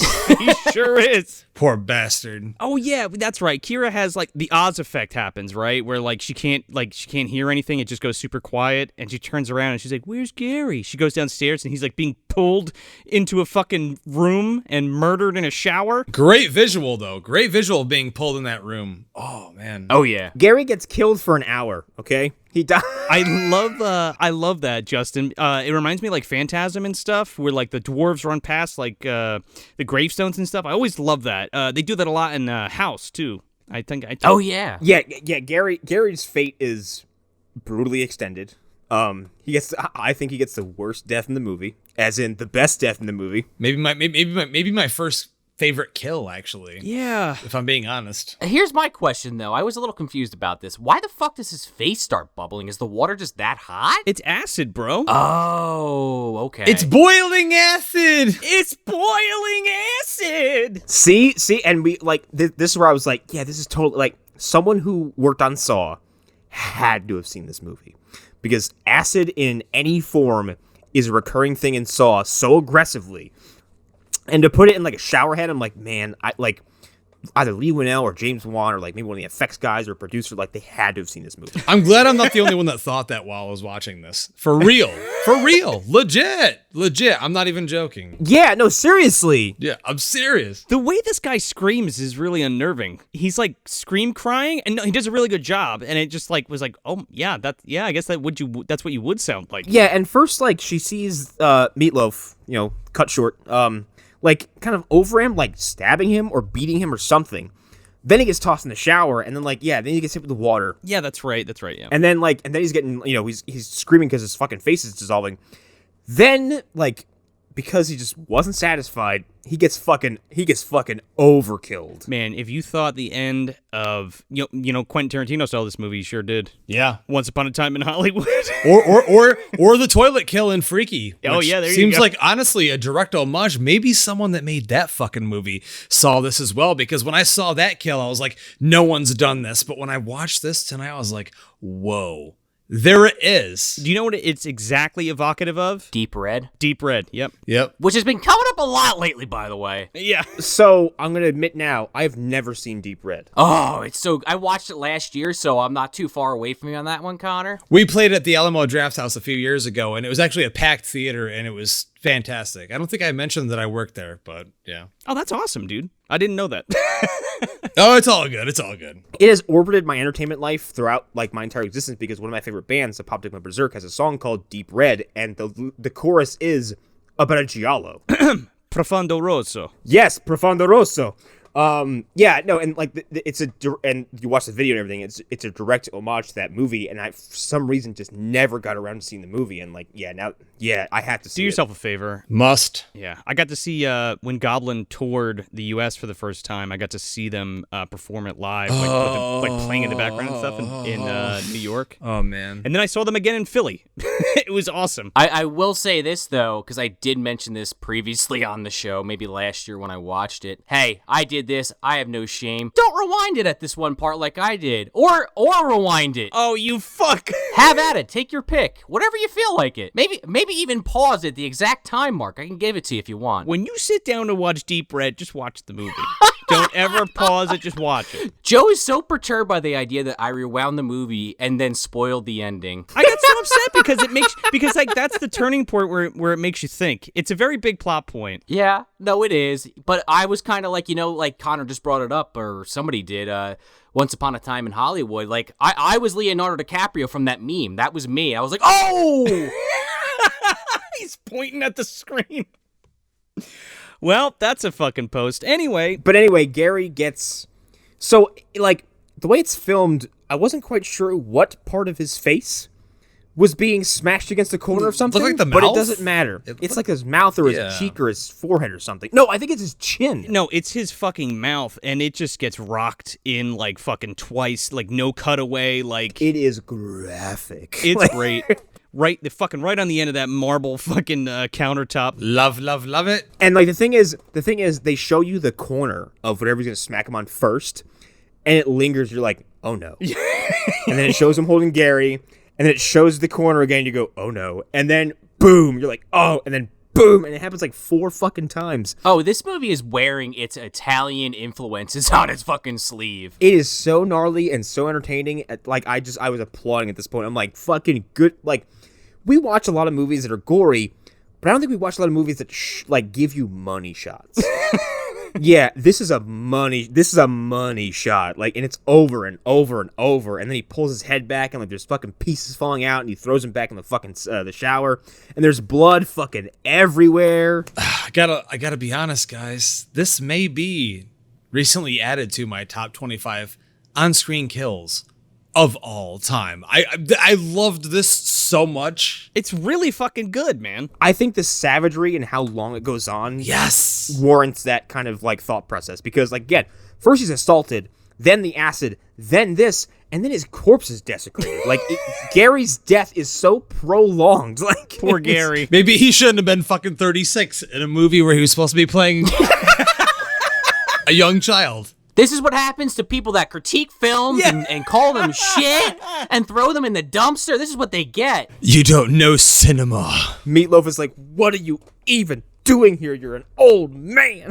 This isn't Kino. And then you get fucking railed into a fucking marble counter. That turtleneck was 5 years ago. How dare you use the iceberg analogy when talking about film? How dare you like the Super Mario Brothers movie? Blasphemer. Wait, he pulls him up. He's like, wait, is it the Morton Jangle cut? He goes, yeah. He goes, all right, we're cool. And then just slams in and then just kills him again. But to like put this scene like even more over the top, like a cherry on top of this fucking like, I don't know, it's like the pie from Killer Clowns they kill with a fucking security card with. Oh, yeah. You know, the whole time, Kira's trying to like break the door down to save Gary, and then when she hears him, stop screaming, she knows he's dead. But then like this fucking Jack Nicholson-ass fucking arm blasts through the fucking door and tries grabbing at her. Here's Meat Loaf. He fucking busts through the door and tries to grab her. Here's Kolobos. And this is the turning point, too, of the film. This all happens and plays out, and she gets knocked out or whatever. And there's a quick scene back in the hospital, but I mean, she's just kind of like in and out. I don't even know if we want to go into it. I don't think the hospital becomes relevant again until her bandages come off. Yeah, because this is just like a I'm dreaming scene or whatever. That scene seemed shoehorned in my opinion. I don't know. Yeah, like the doctor comes in and her like eyes are bleeding and shit, and it has that stupid like head motion that I hate. Yeah, and she's saying the Kolobos line over and over, and we have like, I don't know, I kind of did like the one aspect of this scene where the roommate of the hospital room is, Hey, put it shit away, man. I don't want to see it anymore. Put it away. Put a lid on it, you fucking crazy broad. Put that curtain. I don't want to see it. I don't want to see it.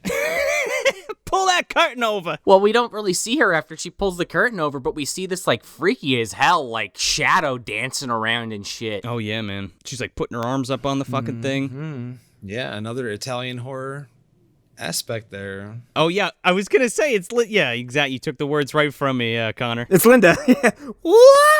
Hello, lover. Yeah. And Bruce Campbell runs in. He's like, "Where'd she go?" I got a date with a head. He's covered in blood. He's got his fucking chainsaw revved up. He's like, "Where the fuck is she?" So then Tom and Erica, who had been kind of like banging this fucking metal, the metal in the ceiling on the roof, and they're like, oh shit, where the hell did they go? And they come down and they find her knocked out, covered in blood. And they're like, all right, you killed fucking Gary. And she's like, what? No, no, somebody punched me through the fucking door. And then she looks over and the door's totally fine. We found you drawing in the attic, you crazy bitch. Oh, right, yeah, all her drawings are up there. She's like, I don't remember. And it's like, you're the only person in the house that draws fucked up shit. But the thing is, all the drawings so far match the kills. Yeah. Like the head on the plate. At the very least, like if there's not a direct visual connotation, there's a like a very heavy implication that like the drawing is foreshadowing a death. Yeah. Or the death is very much like aligning itself visually with one of the kills. There's like a clown hanging by a noose, and it's like, okay, well, I guess that's gonna happen to the comedian guy. You know what I mean? Or like the chick with her head on a platter. Yeah, and like there's one where I can't remember what Gary's actually is, like the drawing wise. Oh, dude, it's creepy. He's like walking down the street and he's like melting. That's one of the Stephen Gamble looking ones. Yes. Oh, that's right. Like the rain. Like I think the rain is melting him or something like that. Yeah, that's it. That's one of those haunting pieces of art. Yeah. For me. But Erica locks her in the fucking bathroom because she's like, I'm not chancing it. This bitch is crazy. I was also kind of starting to turn on Kira at this point. I'm like, it's you. Yeah. Yeah. They should have cut some of these hospital scenes out. I feel like they kind of give it away too much with that. Yeah. Well, Erica and Tom, they go downstairs because their thought is, well, if we can't get out through the attic, maybe we can get out through the basement because that's where Tina was killed, so let's at least check it out.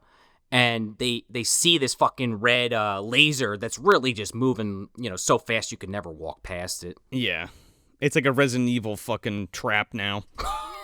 Yeah. There's a diced up cube man on the floor. Like, oh, what happened to that guy? Oh no. Whoops. Wasn't he also an Arrow and a couple other Paul W. Sanderson movies? Oh yeah, let's go. I don't know what you're talking about. So she's like, oh, let's make a run for it. So she runs across the kitchen and like narrowly gets, hit by a fucking saw blade, but manages to like dodge it. But Tom doesn't run. He's just like, sorry, I froze up. She looks away for 2 seconds and Tom is gone. And she's like, I can't open the Tom, where'd you go? Oh, the trap's off. That's kind of weird. Okay, this pissed me off because they're like, how do we get to this door? Oh, we got to run through the fucking trap room. As soon as Tom is gone, she turns around, she picks up a fucking knife from the kitchen counter, but then hears something coming after her and is able to run around the island out the other side and into the living room. Yeah. That kind of pissed me off. That's where the layout becomes like maybe inconsistent or just not enough thought was put into like what is where exactly. Yeah, you didn't have to fucking chance the trap, I guess is what I'm saying. Anyway. Well, instead she finds a trap she didn't know was there. She tries to go for the door. Like Justin was kind of saying earlier, like you kind of have this idea in your head that now the whole house is booby trapped, but the characters in the movie in the heat of the moment kind of forget, and she goes to reach for the front door handle. I guess just, again, she's panicking. She doesn't know what to do. And this literal, like, fucking Inspector Gadget arm shoots out of this fucking wall. Go Gadget wall claw. Go Gadget foot breaker. Because she fucking gets grabbed by the ankle and she just hits the ground and her whole It's like her ankle and a couple inches above that just break. Oh yeah, and it's like a handcuff. Well, it's like a shackle, Yeah. but it's got blades on the inside. And then all I can think of was like, we can cut through your ankle in about 2 minutes. You can cut through that chain in about 10. Her reaction, though, please tell me. If your ankle was ripped in half like that shit, her reaction was so weak. So weak. Yeah. That severed the Achilles tendon. That severed the bones in her foot. It severed all the nerves. Like She's like, oh no, Meat Loaf, don't get me. please. It's hanging off. It's hanging off by like a fucking thread. Yeah, and like she's reaching over and she's like shimmying her own ankle off. No. It's fucking horrifying. Like, yeah. Oh yeah, she opens it up and crawls into the library room, and she gets fucking punished straight up, dude. Yeah, she forgot there was another entrance into that room.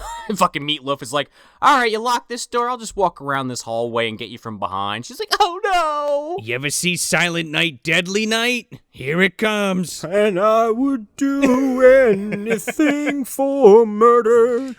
Literally, here it is. Linnea being in this movie? Coincidence? I think not. I don't think so, dude. Hello? She gets it through the chest. This one gets it through the eye. I love this one because it's slow. This is brutal. This is just like Zombie, like straight up. Yeah, I agree, guys. I honestly, another great kill in this movie. I feel like we should be literally championing this movie to the highest fucking degree for kills alone. I mean, That's why we wanted to cover it. the more I talk about it, the more I'm like, oh man, oh God. I will do it for that reason, but I will not do it for different reasons that I will elaborate on. But yeah, Okay, all right. this kill is one. It's filmed fantastically because Yeah. I thought he was gonna get her and push both of her eyes into the antlers. It's just one, and then you get a shot from the back, and like he's pushing it in, and then finally that one antler just pops out the back of her head. And it's all stringy. Might have to do a side-by-side, straight up. I know that's what they're going for. It's almost shot for shot the same as Zombie. I kind of love it, though. Well, it's Silent Night, Deadly Night, dude, because when Billy puts Linnea up on that fucking buck rack, he like slowly pushes her through and it like comes through her stomach. Oh. Yeah, and in the uncut version, you see that rubber kind of stick out a little bit on the effect and like push through and everything. And yeah, oh man. Oh, it pops, dude, yeah. Well, the way they zoom in on the antlers, though, I mean, like the way that it builds the scene, I think is perfect. Yeah. Shortly after this Meat Loaf guy shows up, like there's a shot where Kira is backing away from him, and the subtitles, like, so you're watching him advance towards her. The subtitle says he pursues, Right, yeah. or something like that. Yeah. There's a few parts like that because in other scenes it's like he laughs or he joins in cackling. Yeah, he pursues. I'm like, what is it? It read like badly translated like Japanese game dialogue. Like, I would take that rather than what you get sometimes, whether like in video games or movies with subtitles, or usually it's anime, where it'll just be like, oh, this character's name, you're not really supposed to know it yet because it's a spoiler, but then it's like the first time they appear, it's like, this character, and it's like, oh, okay. I just thought it was the killer. I didn't know it was the main character. Okay. With all that said, though, they have kind of a back and forth, like a kind of a cat and mouse fight where then, like, this Meat Loaf guy has all her fucking paintings on, like, a mirror. Well, yeah, he like grabs her, man, and we finally get a good look at him now because we've only seen him really like on the TV, right? he reminded me of the bad guy from Last Action Hero. He looks like the guy from Popcorn with like long hair. Oh, yeah. Well, his voice reminds me of a fucking Power Rangers villain. For having cut off his whole face, he looks pretty good. I mean, that guy in Poltergeist, he was pretty much dead, except it was a vision, so this guy did a much better job. Yeah, he looks pretty good for having ripped off his own face and possibly cooked it. We can't confirm that, but maybe he did. well, that's why he's gained a little weight. He's a little chubby in his face. He's a little fat. You shouldn't eat your own face meat. It makes you bloated. You ever see Ravenous? I kind of did that. And he's like, so he like shows her all the dead bodies. Like, isn't it beautiful? He's like, look at them. I released them from your artwork. I gave them their true form, Kolobos. Yeah, and like, so this is where I'm like, like, immediately when this guy appears, I'm already doubting his physical existence. Yeah. Because, like, and like, so okay, like he's like you made them real, you made me real, I exist now, blah blah blah. And then like he takes a razor to her face and he like cuts her nose. And then at some point she spins around. I thought she slashed his throat. Yeah. He's like cutting her face and then she like slits his throat. Yeah. And then she slams his ass into a fucking mirror, but when she looks, he's gone. Yeah. This motherfucker gets straight up rumped with a fucking pool cue. Oh, yeah. Oh, yeah, he does. I think that's where it's when she's holding the pool cue and he's coming after her. That's when it says he pursues. Fucketh me, and he gets it right in the mouth. Fucketh me, yeah. Comes out of the back of his head. Yeah, oh, dude, it's great. He fucking eats it. And then, like, doesn't he fall on it? No, she, like, pushes it through his fucking head. Oh, God. Pushes it slowly through his head. In parentheses. Push it real good. Do-do-do-do-do-do-do. Sorry, that's Push It by Static X, too. Oh, God. What? Salt and Pepper. There is no other one. There's a mashup. I will show you. Oh, Christ. Yeah, I'll push it. Yeah, I'll push it. Push it real good. Do-do-do-do-do-do-do. Well, there's your new cut from the can, dude. You did it. I'm so happy. I will totally make that. Yeah, well, you win. You rolled the fucking dice on that one and came up all lemons. I like how I essentially walk into I step on a fucking rake, and then it's like, there's your cut from the can. Like, Yeah.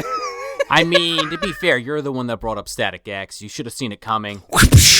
it's my own rake. I put it there and then stepped on it. Like, Who the hell put this there? Who put this there? So scarred up Meat Loaf Tulpa Killer Man, Giallo Man is dead, and she crawls out the basement window, I guess. Should we just start talking about what actually is happening in this movie at this point? Yeah, she's back in the hospital now, right? She's all cut the fuck up, and we've seen this at the beginning of the film, and, you know, they had to do surgery on her face or whatever, so she's recovered in the hospital. Right. And this whole movie's kind of been the recount of what happened. But nobody believes her. But nobody believes her, yeah. The detective can't find the house that she mentioned, or that there's snow in the location or anything. They can't find it. They think she's crazy. We went to the address, and it was like an old people's house. That have lived there for 22 years. Yeah, Buffalo Bill opened the door. He's like, I don't know what you're talking about. What are you talking about, snow? Snow is a conspiracy. There's no such thing as snow. I'm just watching the house for the old lady. Don't worry about it. I know you mentioned snow bunnies, but that doesn't mean there was actual snow. I love that's like he didn't see snow. He's like, can't be the place. Snow doesn't melt. Well, we're going to find out in a minute why he didn't find the place. Well, it turns out it's like not even a mansion or anything. It's just like a regular house. So anyway. So then she leaves, and, you know, the doctor's trying to offer her help, and she blows her off. She's like, Kolobos, you kept saying that when you came in. Turns out, in distilled 90s lingo, it means mutilated. Still 90s. What the fuck are you? That's a line from the movie. I had to write it down. Yeah. I know. Oh my god. I just thought she said it means. I heard it as it. Yeah, it's Greek and it means mutilated. I didn't hear the part where she said distilled 90s lingo. Distilled into 90s lingo, it means mutilated. So then she goes home, and surprisingly enough, her home, it doesn't look exactly like the home in the movie, but it looks very similar to the one in the movie. It looks very Italian. I'll give it that. Well, then she starts hearing voices and shit, and I'm like, okay, maybe they're trying to pull the rug out from under me here. No. There's art and shit. All her art is all over the walls and stuff. So the Saw comparisons actually line up here too. So in Saw 2, the nerve gas house that they're all in, I think in one of the later movies, it's revealed that like that house is either currently occupied or it's similar to a house that's owned by the next Jigsaw apprentice. Oh, Christ. Is that the farm you were talking about? No, Okay. It's like, so when I said like John Hell he did like a housing project, he built all these fucking homes, and that's the tunnel that leads to the bathroom is underneath all those houses. This is one of them. So like, and so the nerve gas house basically is just a refurbished version of another house that looks exactly like it that like the new Jigsaw moves into. This is the Giallo Euro art house that he built. Yes. So if you haven't picked up on it by now, Kira's been the killer the whole time. Yeah. Yeah. Okay. This movie did a high tension, and I didn't appreciate it. It did an American Psycho for me. Yeah, and like, So High Tension is a French slasher movie for those who haven't seen it, and it came out in like 2006. So I'm not terribly concerned about spoiling it right now. No, it's a great because flick. It's been 50. Yeah, it's great up until it's suddenly not, because the twist shatters the movie into fucking pieces. And it's a similar twist to this, where one of the main characters turns out has been the killer the whole time. The problem is, in High Tension, you have scenes that happen outside of the main character's POV and establish the villain as a separate entity away from everything else. And in this movie, I think logistically, it kind of hurts the whole thing. And the other problem I have with it is that it's so fucking obvious at some point that I started to get deflated. I was like, it's Kira. Stop trying to tell me it's not. It's fucking Kira. Well, right, because they have this elongated ending, and they could have done this in about a minute or two. They made it was like 5 minutes instead. It keeps going, and you're like, where is this going? It keeps going, and I'm like, I get it. She's the villain. And then, like... She's crazy. We get it. She's talking to her fucking razor blade. It's like talking to her. It's like, pick me up, Kira. Cut your face with me, Kira. You know what you get. So much to superimpose, like, little googly eyes and, like, a little mouth. I mean, we have to be honest, though. The ending may be the failing of the film itself based on that ending. I mean... Yeah. I listen, my thing is I don't hate the ending. I just hate the way it's presented to the audience. Yeah, the way it's conveyed. I understand. I don't hate the ending, but it reminded me of High Tension, and High Tension is like fan-fucking-tastic. And I think, for me personally, until that reveal, then you're like, what?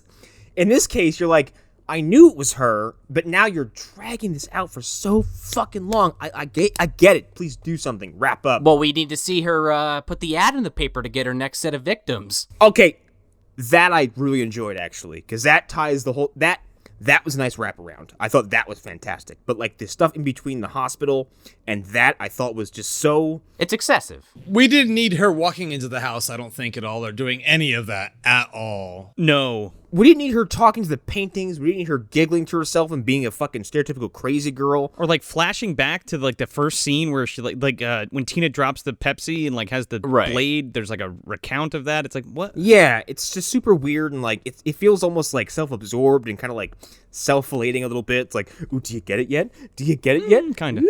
Here's my thing, at least my theory on it, and then I guess we can kind of get into our final thoughts unless anybody has anything else they want to add to it.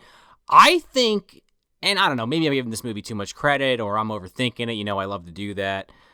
I just think she's just a really unreliable narrator, honestly. I think that all this shit happened in her... You know, that's a good point, too. Like, it all happened in her fucking house. That's why it was all had this steel all installed into it. You know, the story's being told through her. She could just say it's a different house. You know, they don't have to be, you know, consistent. Who gives a fuck? Like, she's, you know, does she have split personality? Is she just killing people and then, like, her brain blocks it out and then she thinks she did it? Like, it's kind of like you're left to sit there and think about it. Like, again, is she crazy? Did she kill these people knowingly? Did she actually think she was a victim until this final switch turned on when she got home? I mentioned American Psycho before. I was about to say, I'm like, to Joe's point about American Psycho, like... Well, can I make my point about American Psycho? Yeah, no, I'm going to say, yeah, knock yourself out, yeah. Connor's going to make it for you, Joe. Okay. Well, because I was going to phrase it differently, but go ahead. Going back to, like, American Psycho, like I was saying, like, did it even really happen? You know what I mean? Because, you know, at the end of American Psycho, he goes on a fucking killing spree, shooting on these people, coming in and out, signing his names, whatever, and he, like, has that fucking call with his lawyer and shit, and it confesses to the murder of Paul Allen, all this bullshit.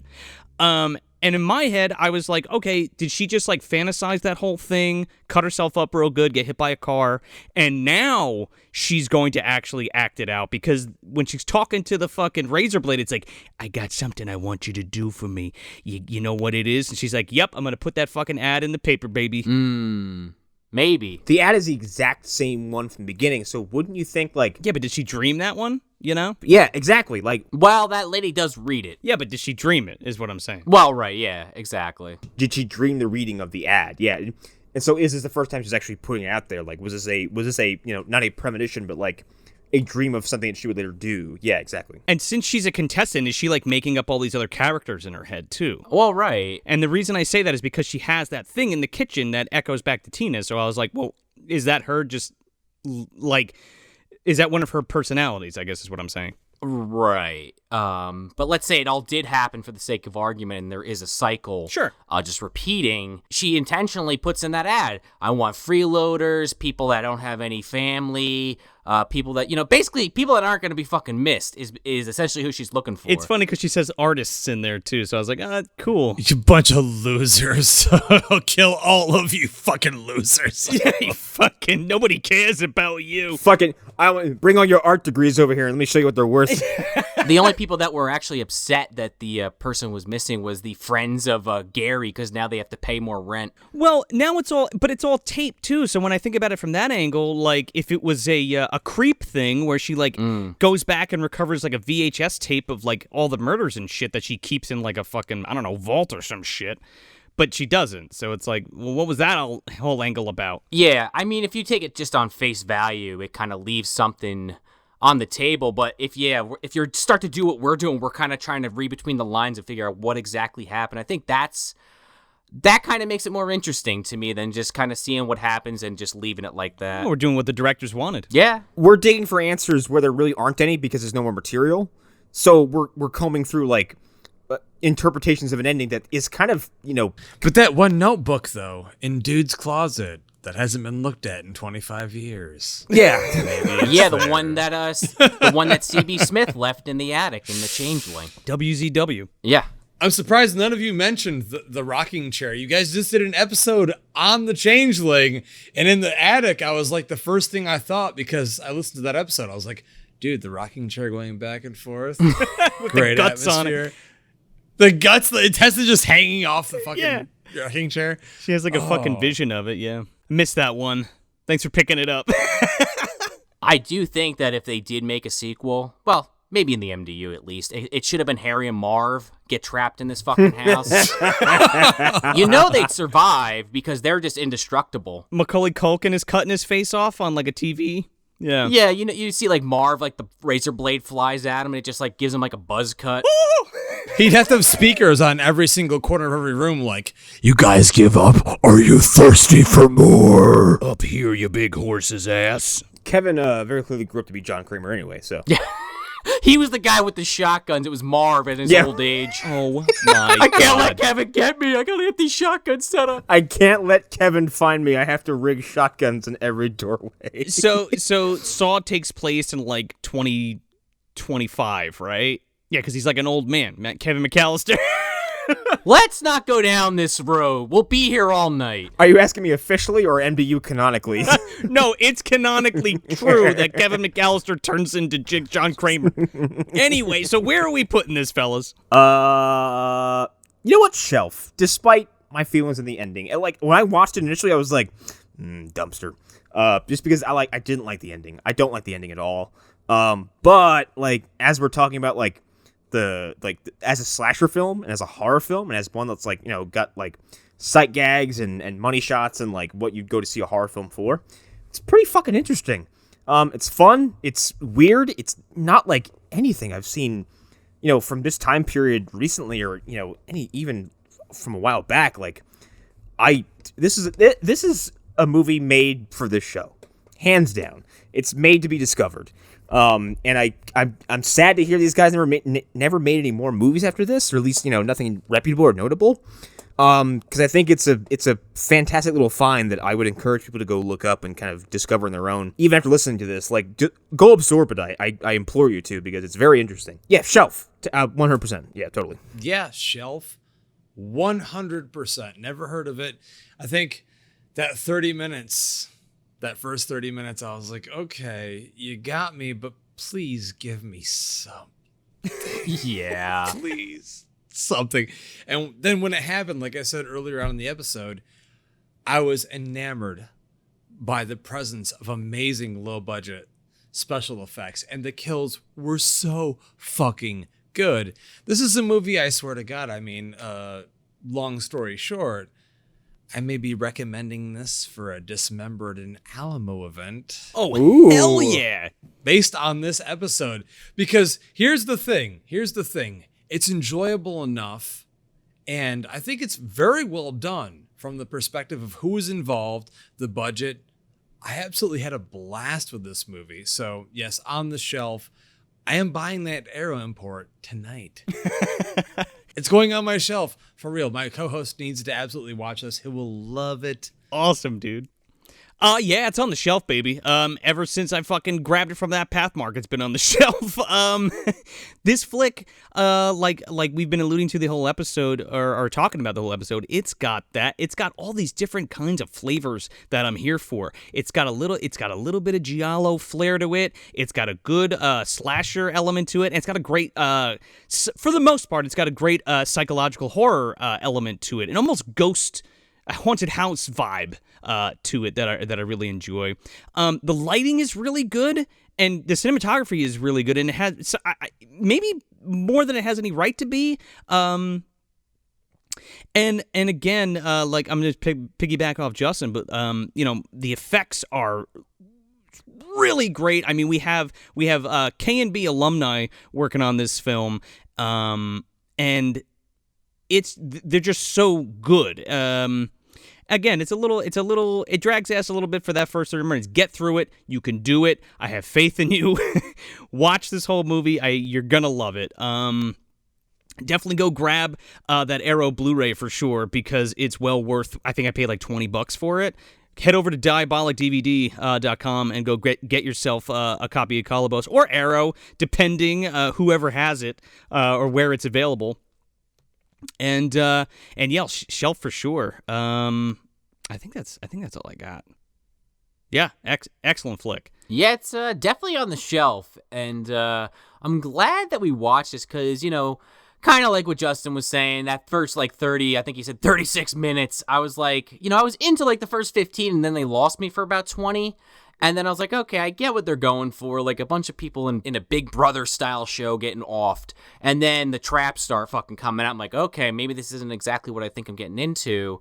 And then, yeah, outside of like I said, I like the ending. I just feel like they really you figured it out. And then here's 5 more minutes for the people that haven't figured it out yet. Because they're out there, I'm sure. People like my dad who is, doesn't do the best watching movies the first time. Wait a second, she was the killer? Yeah. Oh my God, I can't believe she was the killer. I didn't even know she was the killer. There's no subtext. Who told you she was the killer? Did I not pay attention to the movie? Yeah. I love my dad, but just an example real quick. I saw Inception with him, and I just kept looking over to his face in the theater, and he looked just like his mind, he like smoke coming out of his ears trying to follow it. So, look, please, don't tell me you're comparing Inception to Kolobos.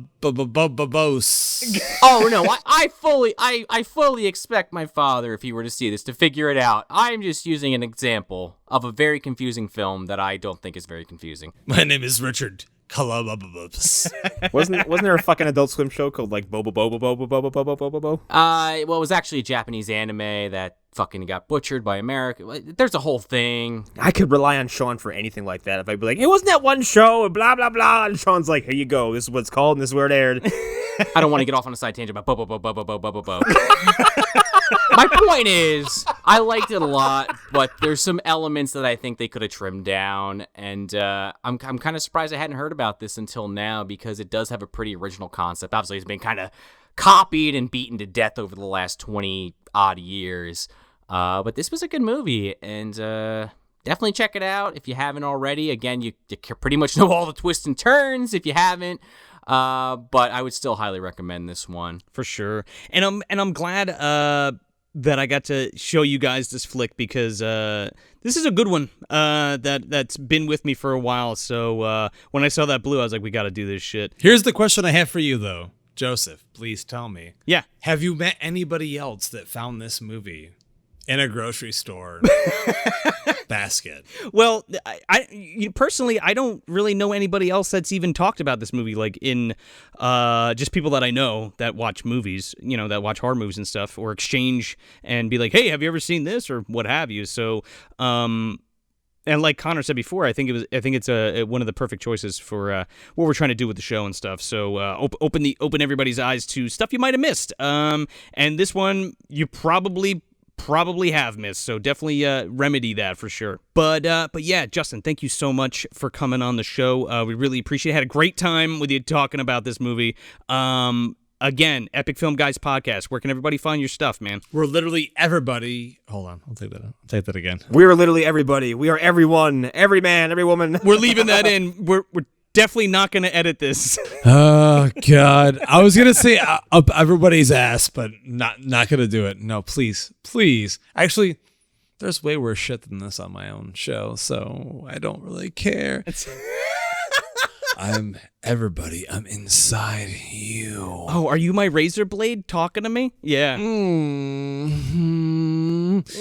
Yes, Kolobos. Hello, touch me. We're everywhere on social media. We're literally on every podcatcher. EpicFilmGuys.com. We're old. We've been around forever. Just search Epic Fail Guys and you'll find us. Not Fail Guys, Epic Film Guys. Yeah, but if you search that, you'll find us too. Oh, is that what you used to be? No. Oh, you son of a bitch. You saucy son of a bitch. He's got that algorithm on fucking lockdown. That's what they hashtagged us 5 years ago when they pummeled us with bad reviews. So, I mean, I'm just saying. Oof. But no, Epic Film Guys, every podcatcher, epicfilmguys.com. We're all over the place. Groovy, man. Again, thanks so much for coming on. And we got some good dumpster stuff coming up for you guys. Don't want to spoil too much, but we got a watch along coming up. This drops, by the way, the Friday of the first day of VHS Fest at the Mahoning Drive-In Theater. So I better see all of you there. Are you going to be there, Justin?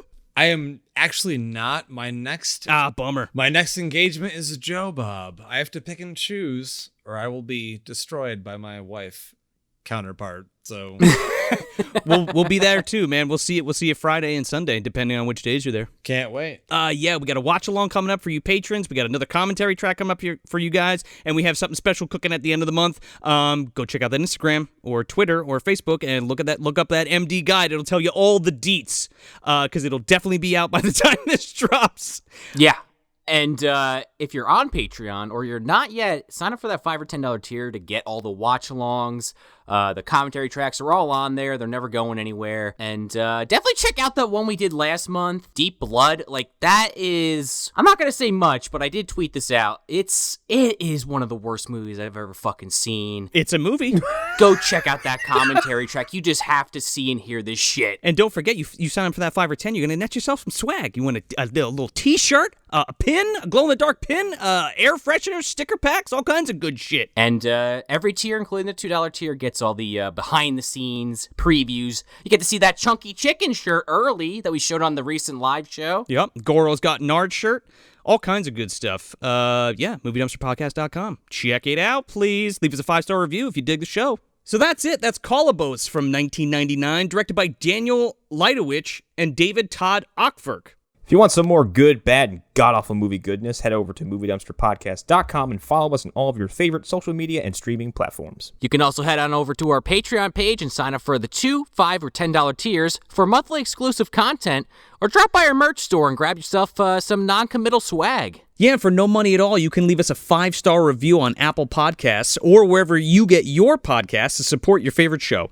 I'm Joe Lascola. I'm Sean O'Rourke. I'm Connor McGraw. I'm Justin Esquell, the Epic Film Guys. Thanks for visiting the dumpster.